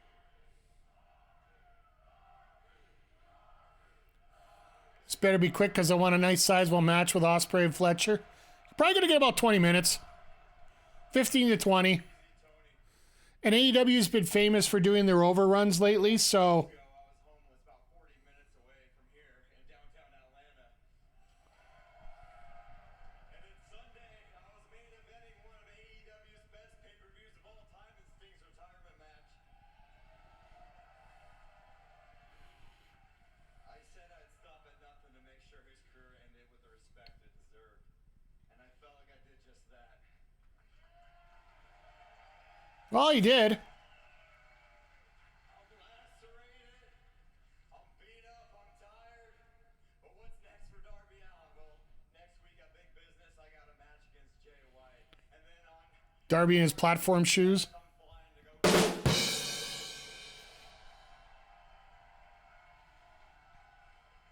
you trained for that from me? And this is me just talking from the heart here. This is me talking from the heart. There's no guarantee that I'm going to come back alive from Mount Everest. It's true. He's literally got to walk by dead bodies to get up to the top. This time to say thank you to every fan and thank you for AEW for giving me this dream. Could you imagine? I don't want to, but could you imagine Darby not coming back and that was his... Next week will be his final match at AEW. For my life. And as for this tag championship, everybody asks me, oh, why not just keep defending it and find a new partner? Well, let's get serious here, Tony. I cannot, I can't replace the icon Sting. I get that. So, next team that wins this, congratulations.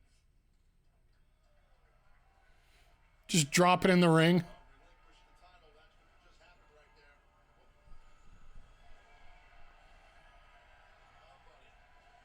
Oh, goody. Jay White's coming out to see him already. AEW World Tag Team Championship.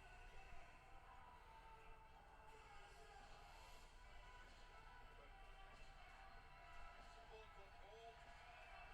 Not getting some gang music. And there we see Switchblade Jay White performing off his gun. Someone hold that for me. Look, I'm sorry. I didn't want to come out here and interrupt this Then why did you? little sob story about being homeless here in Atlanta. It's just that Darby was I love that jersey, by the way. to be honest, kind of weird guy. I don't know if I would get the chance to talk to you face to face again, so I had to come out here in Atlanta. Jay is so damn underrated. Face to face, congratulations on an amazing night at Revolution. You think it's a cut-up t-shirt? The way it's split in the middle like that?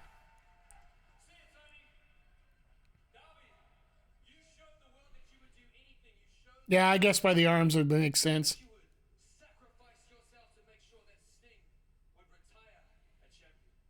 Let's give it up for old Stinger, huh? Stinger. Jay is the most misused person on the roster. Yeah, He jumped up the top of that they need to find a good time for him, and kind of stupid. You see, our esteemed EVPs. he just got stuck in a bad spot there with the MJF gimmick. I like this bit. You went crashing down through that glass all by yourself, huh? And then that left poor old Sting all by himself to fight 2-on-1 against the Young Bucks. But luckily, old Sting prevailed. And he had that heartwarming send-off to his career that he just, oh, so deserved. And Darby, you were there by his side to enjoy that moment or whatever it was. I didn't actually see it. I just hear everybody talking about it because it's all anybody is talking about. But me, between me and you in Atlanta, I don't really care. Oh, now he wants to make a jerk of himself. But, you know what I do care about now, Darby, is that Sting is gone. Darby, you're all alone. And what is Darby Allin without Sting? I think Darby Allin is a little lost puppy. Nobody there to feed him treats. Nobody there to clean up after him. Nobody there to... Oh, this is going to be good next week. And now you have a match with Switchblade Jay White. This The catalyst of professional wrestling. this could be our main event next week if it wasn't for Joe and Wardlow. We don't need to have this match. Just like you didn't have to jump from the top of that ladder, you don't have to get in the ring with me. And trust me, nobody out the back, nobody here in Atlanta, nobody watching at home, nobody would think any less of you after what you've been through physically, mentally, and emotionally.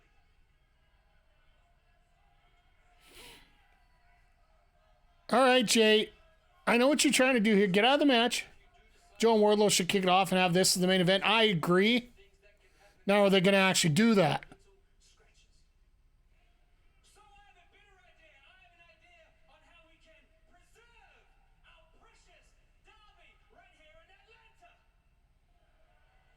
Instead of a match, why don't you come back and you can hang with the Bang Bang Scissor Gang?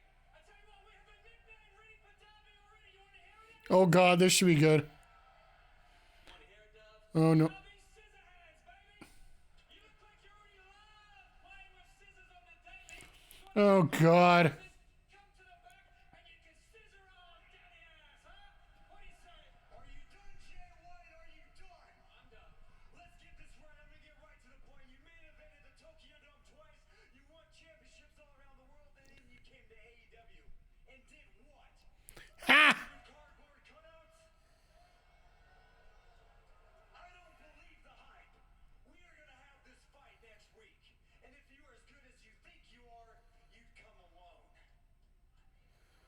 Yeah, this will main event.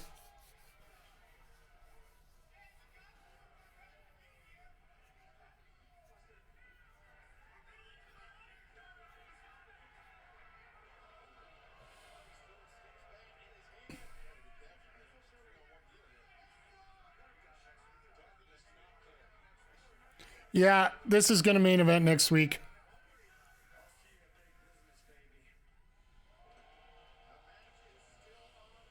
So yeah, we're still going to get probably 15 minutes of Ospreay and Fletcher. Wow, White is booking it.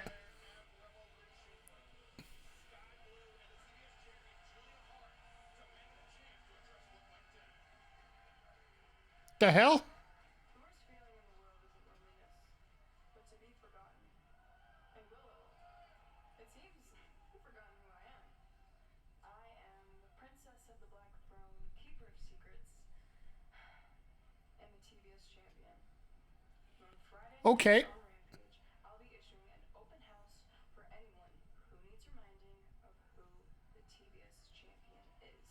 Oh.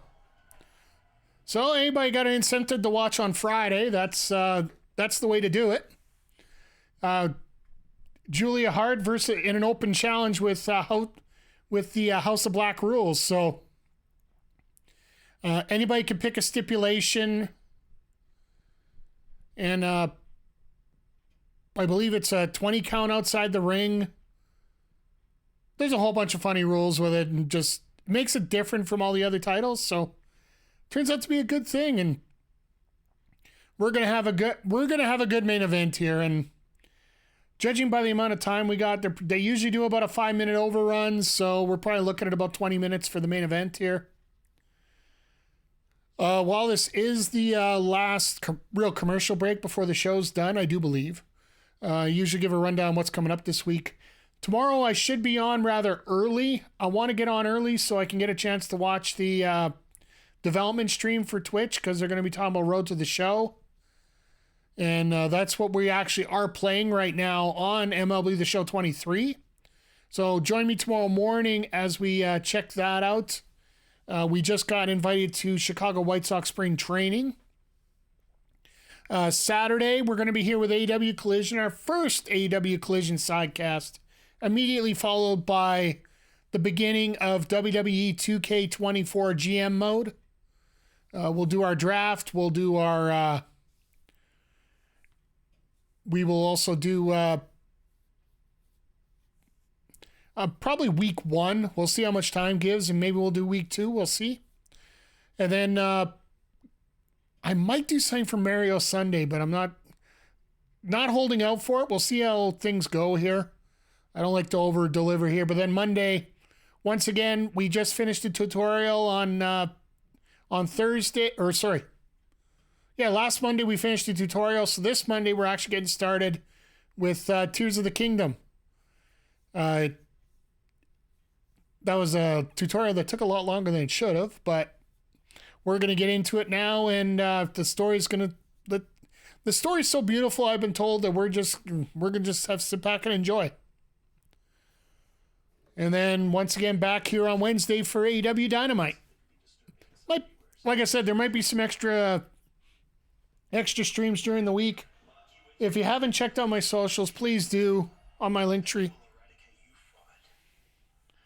And that's where the best place to find out what I stream and a whole bunch of other zaniness. Seriously, Mark, we will set you ablaze. The history of violence between myself and the Briscoe brothers have left scars in our bodies that neither of us will forget. And on Saturday, at Collision, history repeats itself.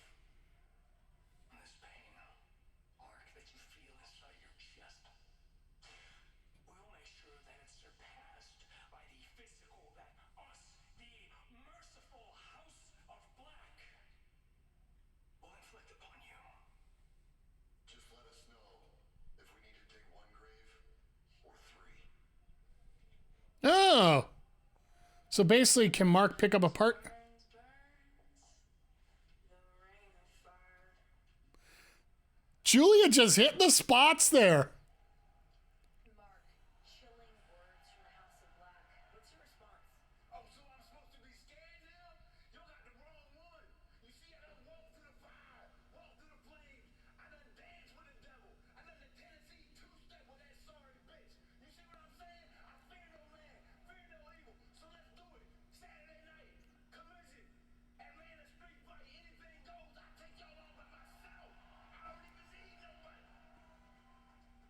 But Now I think it's about time that I man up and come help my friend of over 20 years. Plus, I freaking love you, man. I got your back. Don't be bringing Jeff Jarrett out there, you hear me? Whoa, no, hear me out, Mark. We about to go to war together, baby. We about to step on that battlefield together. It's an Atlanta street fight, so what better person to have on our side than a low-down, grimy bastard like Jeff Jarrett? Hey, you know what I mean? Hey, that's called fighting fire with fire. Lethal, Jarrett, and Briscoe. Trust him. Trust me. Okay. That's a matchup I didn't really expect to see. The House of Black versus Mark Briscoe, Jay Lethal, and Jeff Jarrett. You want to talk about two gimmicks that are diametrically opposed? Malachi Black and Jeff Jarrett.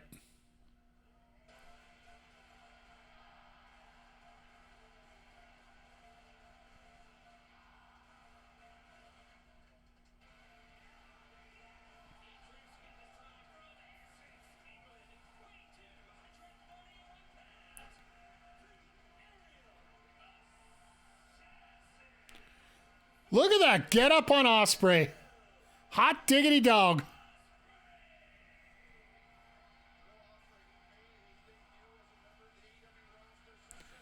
It's so great to have Osprey here in AEW. Like, don't get me wrong. He was great in New Japan and all the matchups he had, but... Well, this match won't be worse than the Texas Chainsaw Massacre match. Oh, God, we got Callis on commentary. Thank you for joining me here, folks. I will try to keep you more entertained than Don will.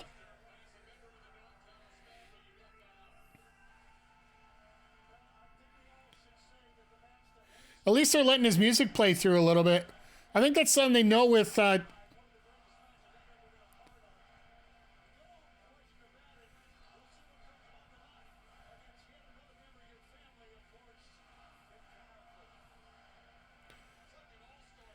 Well, they almost did it there. Gotta love the feathers flying and they're gonna get stuck in the ring.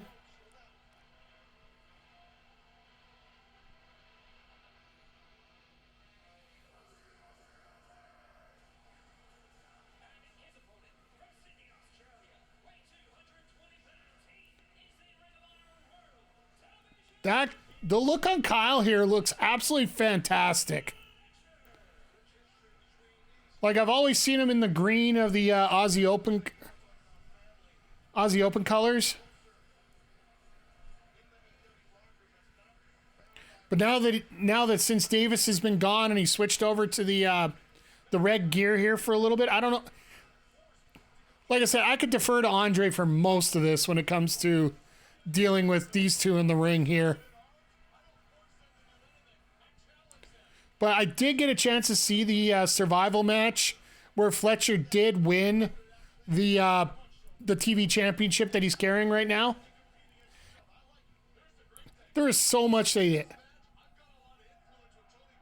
Guess they worked out Fletcher's work visa situation. Yeah, like, I assume that was what happened. Well, obviously, because he's here.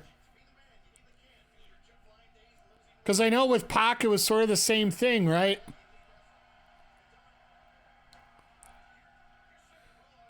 They were having, Pac was injured, but he also did have visa issues as well. It's sort of the same reason why Gunther wasn't down in Australia for Elimination Chamber. The new U.S. rules say you have to stay in the U.S. for X amount of time if you're going to be a citizen.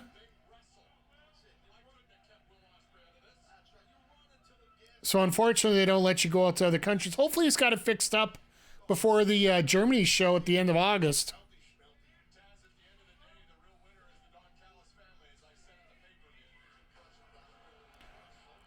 Okay. I see you, Osprey. These two guys are just having a blast in the ring, and I love it. I love it. Do you know when you're in the ring and you can see two guys that are legitimately having fun?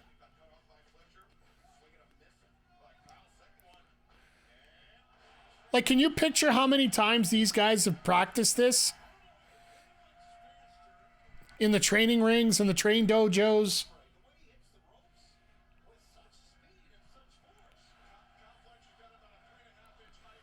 I'm totally expecting Fletcher to put Ospreay over merely for the coverage of Rent.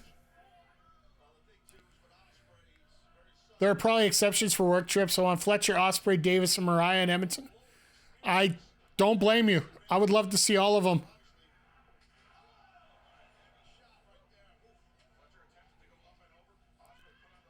I just want a good show. That's literally all I want. I want a good show. And that's one thing AEW's been providing. They've been on such a roll. I want them to continue that. Could you imagine? Like I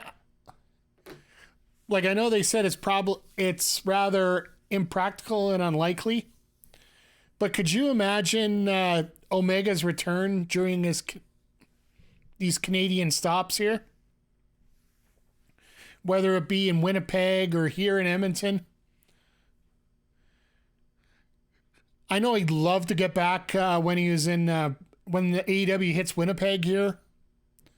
I do believe they switched that day to May 1st now. It's something I was reading online when people were...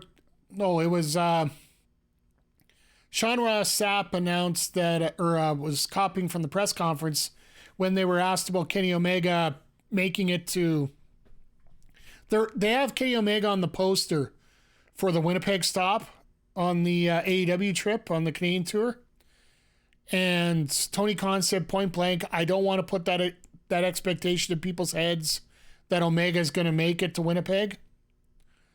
And then Sean Ross Sapp turned that into an article of Kenny Omega not going to make Canadian tour. So could show up and just do an appearance. I believe that's what they'll probably do. They'll make an appearance, but maybe not necessarily on camera. Because I think they'll probably want him to... I got a feeling there's a bit of a storyline here. Because if they could possibly be able to do Okada, Omega... Like, let's face it. Eddie Kingston needs friends now that the EVPs are acting like that. They just screwed Paige. They just screwed Omega. And Okada's there. I got a feeling... Yeah, it would be a before or after. I would say after the show, because then one thing they learn is when it comes to AEW, everybody uses social media. Hell, WWE does the same thing, and they're very good at this when it comes to, we'll bring Omega out, but it'll be at the end of the night, so nobody will actually anticipate it happening. Because you know what happens if they bring out Omega at the beginning of the show, right? Oh, everybody's going to be clamoring. When's Omega going to get his appearance? Or the only way I could see them using it as a positive without Omega showing up is Omega comes out at the beginning of the show, before the show starts, does his hype. And then you have the Jacksons and Okada just absolutely trashing everything about Omega and... basically everything on the Elite. Or the former Elite, sorry. And that crowd, they will scream Omega till the cows come home.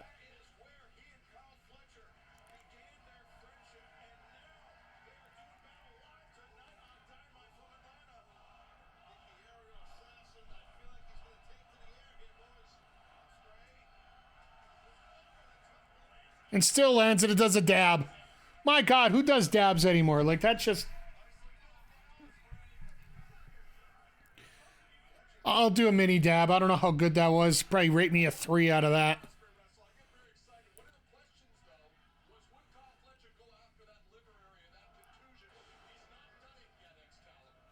That contusion's healed pretty good if you ask me. Oh, never mind. You notice when they talked about that bruise on his ass? Which I found hilarious when he did that. Love Chris Charlton's calling the plancha. He would always call it the aggressive plancha.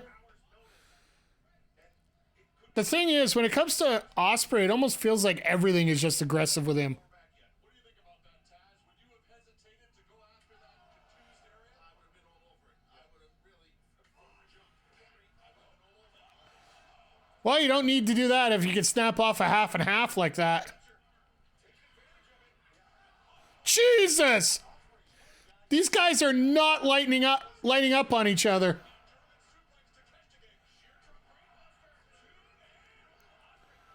You notice how Callis on commentary, as much as I don't want to hear him, you hear Takeshita's name coming out quite a bit here. Okay, so Julia Hart's got Robin Renegade, so that'll be, yeah. Action Andretti against Penta.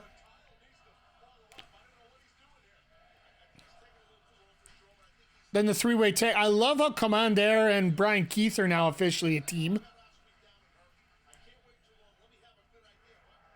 And Sabian the Butcher, I guess. I was just trying to remember, did the Blade get released too? Like, I know the Bunny's out.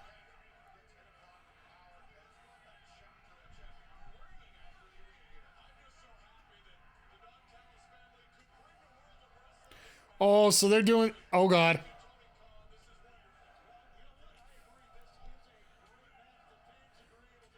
Osprey just needs to learn how to slow down. He'll be injured. No. This is slowed down for him, JJ. Like, seriously, if you check out more than what he did in Japan,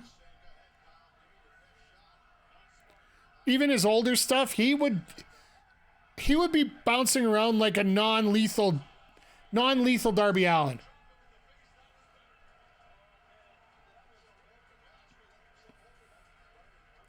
Look at that chest there, Fletcher.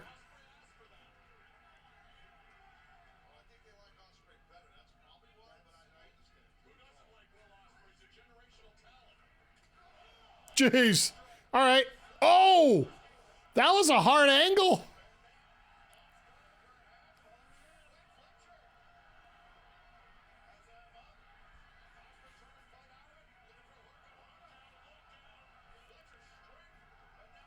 Jesus. Counter, counter, counter, counter. Let's go.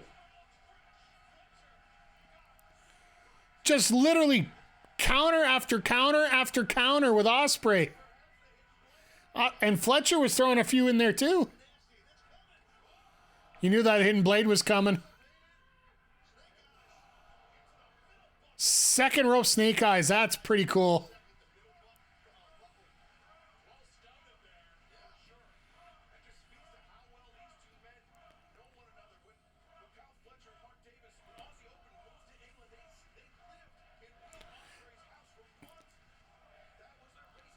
You notice they won't say because of the pandemic that they stayed there?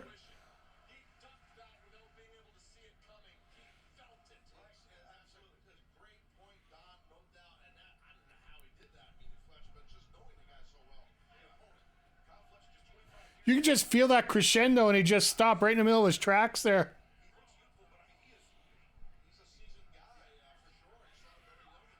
Yeah, this match is incredible. Jesus criminy! Osprey's kicks are just absolutely insane. Oz cutter on the apron. Like, you're going to get main event matches like this every single time? Yep, they're going overrun here tonight. If they're going into another picture-in-picture with 4 minutes to go, they are definitely getting an overrun. And I do like the fact that they're not advertising it, they're just doing it. So just a note to you guys, if you are recording this, make sure you set PVRs for an extra 15 minutes after, because Lord knows they're going to use it. But yeah, tonight, like, Jesus, this match here is just, if this is a microcosm of what we're going to see going forward, like, Takeshita's a phenomenal athlete, and him going toe-to-toe with, oh, there we go, 9.5 caught. Watch this, Osprey's first TV match, and he finishes it in the commercial. Could you imagine just everybody saying that, Osprey's the perfect wrestler, and then all of a sudden he finishes in picture and everybody loses their what over it? The only thing I could say about this, that if they're running this late right now, I know we're talking about Osprey losing it, like either somebody attacking him to fix the, to get rid of the, getting out of the Callis family one way or the other, whether attacking or be attacked.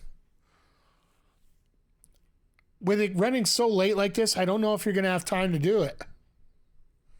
Be fun to see because nobody would expect it, but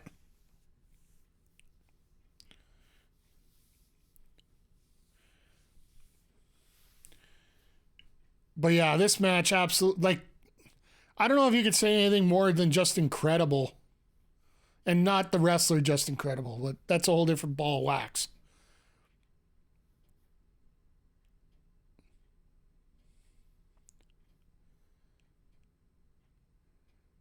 It's almost amazing just to think, like, what's running through their heads right now besides trying to put on a good show? Like, how many years have they pictured doing something like this in front of thousands of people? On American soil. I know Japan's got a great audience. But this is where you make the big bucks, because New Japan obviously doesn't have the budget anymore the way they used to.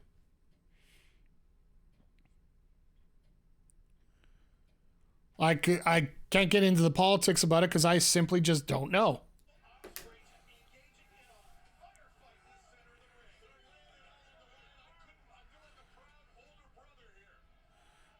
Shut up, Callis. Nobody cares.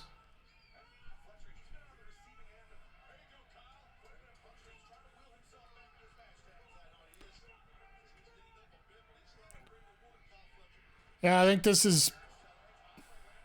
Jesus! And there's a response by Fletcher.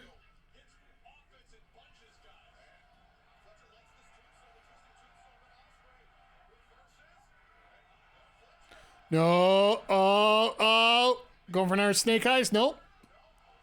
Chop up! Jesus!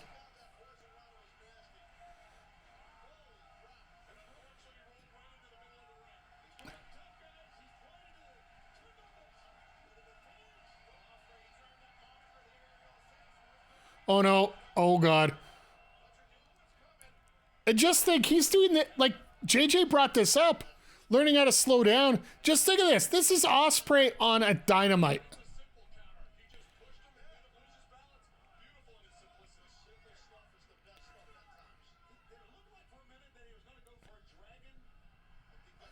That's exactly what he's doing. Half and half.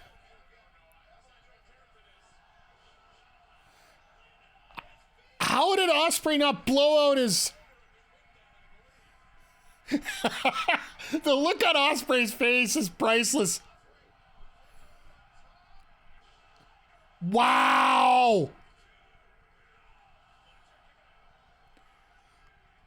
Do you think Osprey thought of that on the fly? Because that normally is a jumping Spanish fly with both of them. And if the guy doesn't go, well, it's just an automatic transition.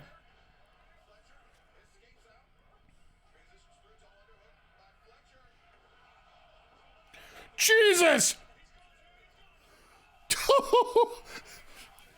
It's like these guys are just hitting everything right now. There's a tiger drive. Uh-oh. Wow! I haven't seen a rebound off a powerbomb like that.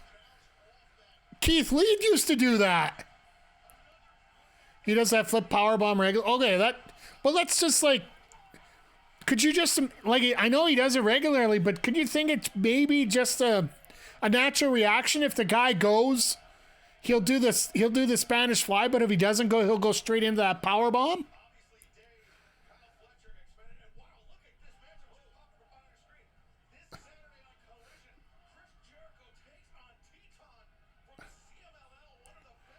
Oh, great, Teton We get another Jericho match on Saturday, and that's my first one. Ugh. And the Elite are going to debut. That'll be fun. Danielson and Taylor, let's go. House of Black. Oh, yeah, there we go.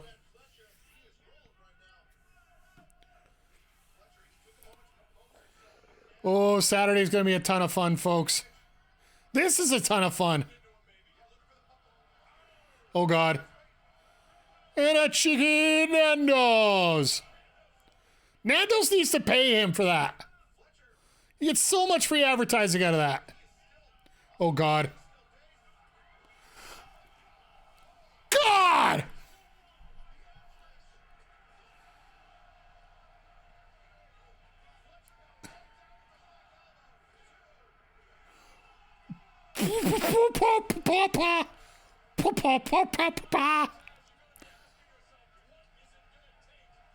Fletcher kicked out of that?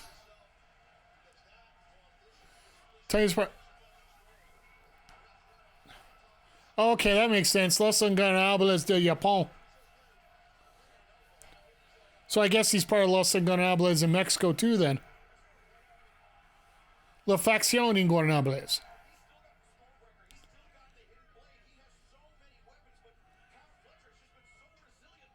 Kind of? Okay. Sometimes these factions are weird to figure out, but my God, this is amazing.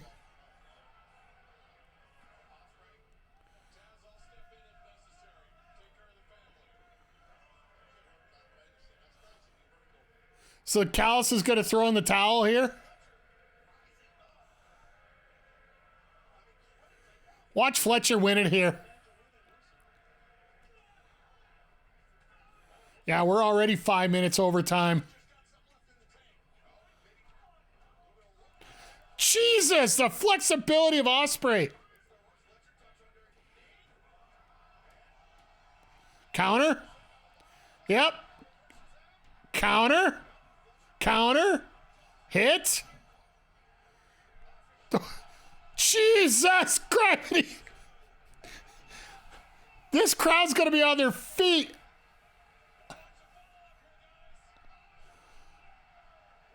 That Oscutter's got to be it.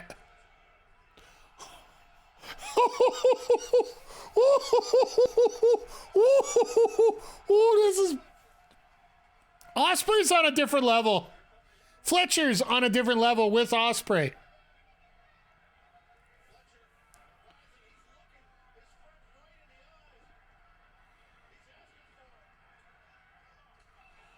All right, well, he wanted it.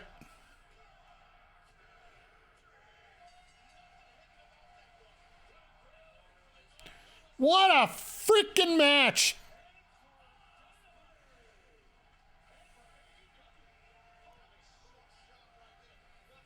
You want to put on a new design, you want to put on a new feel, and that's your main event?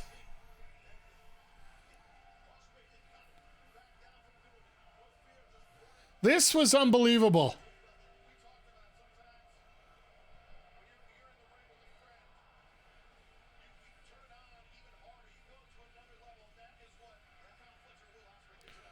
What a fantastic job. Oh, no. Okay. I think we got our challenge coming up here.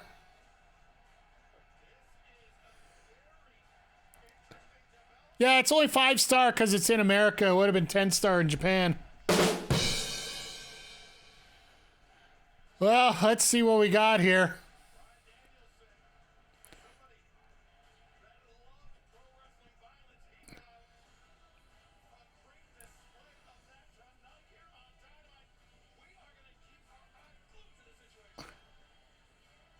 But they're going to cut.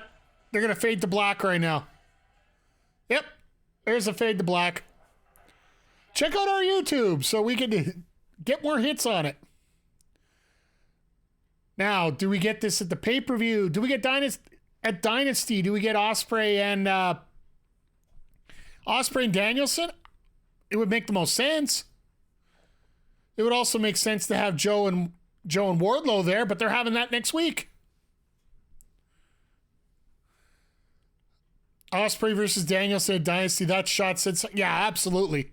They got the camera view perfect to go off the air. Two guys, pay-per-view shot in the middle. Absolutely perfect setup for that.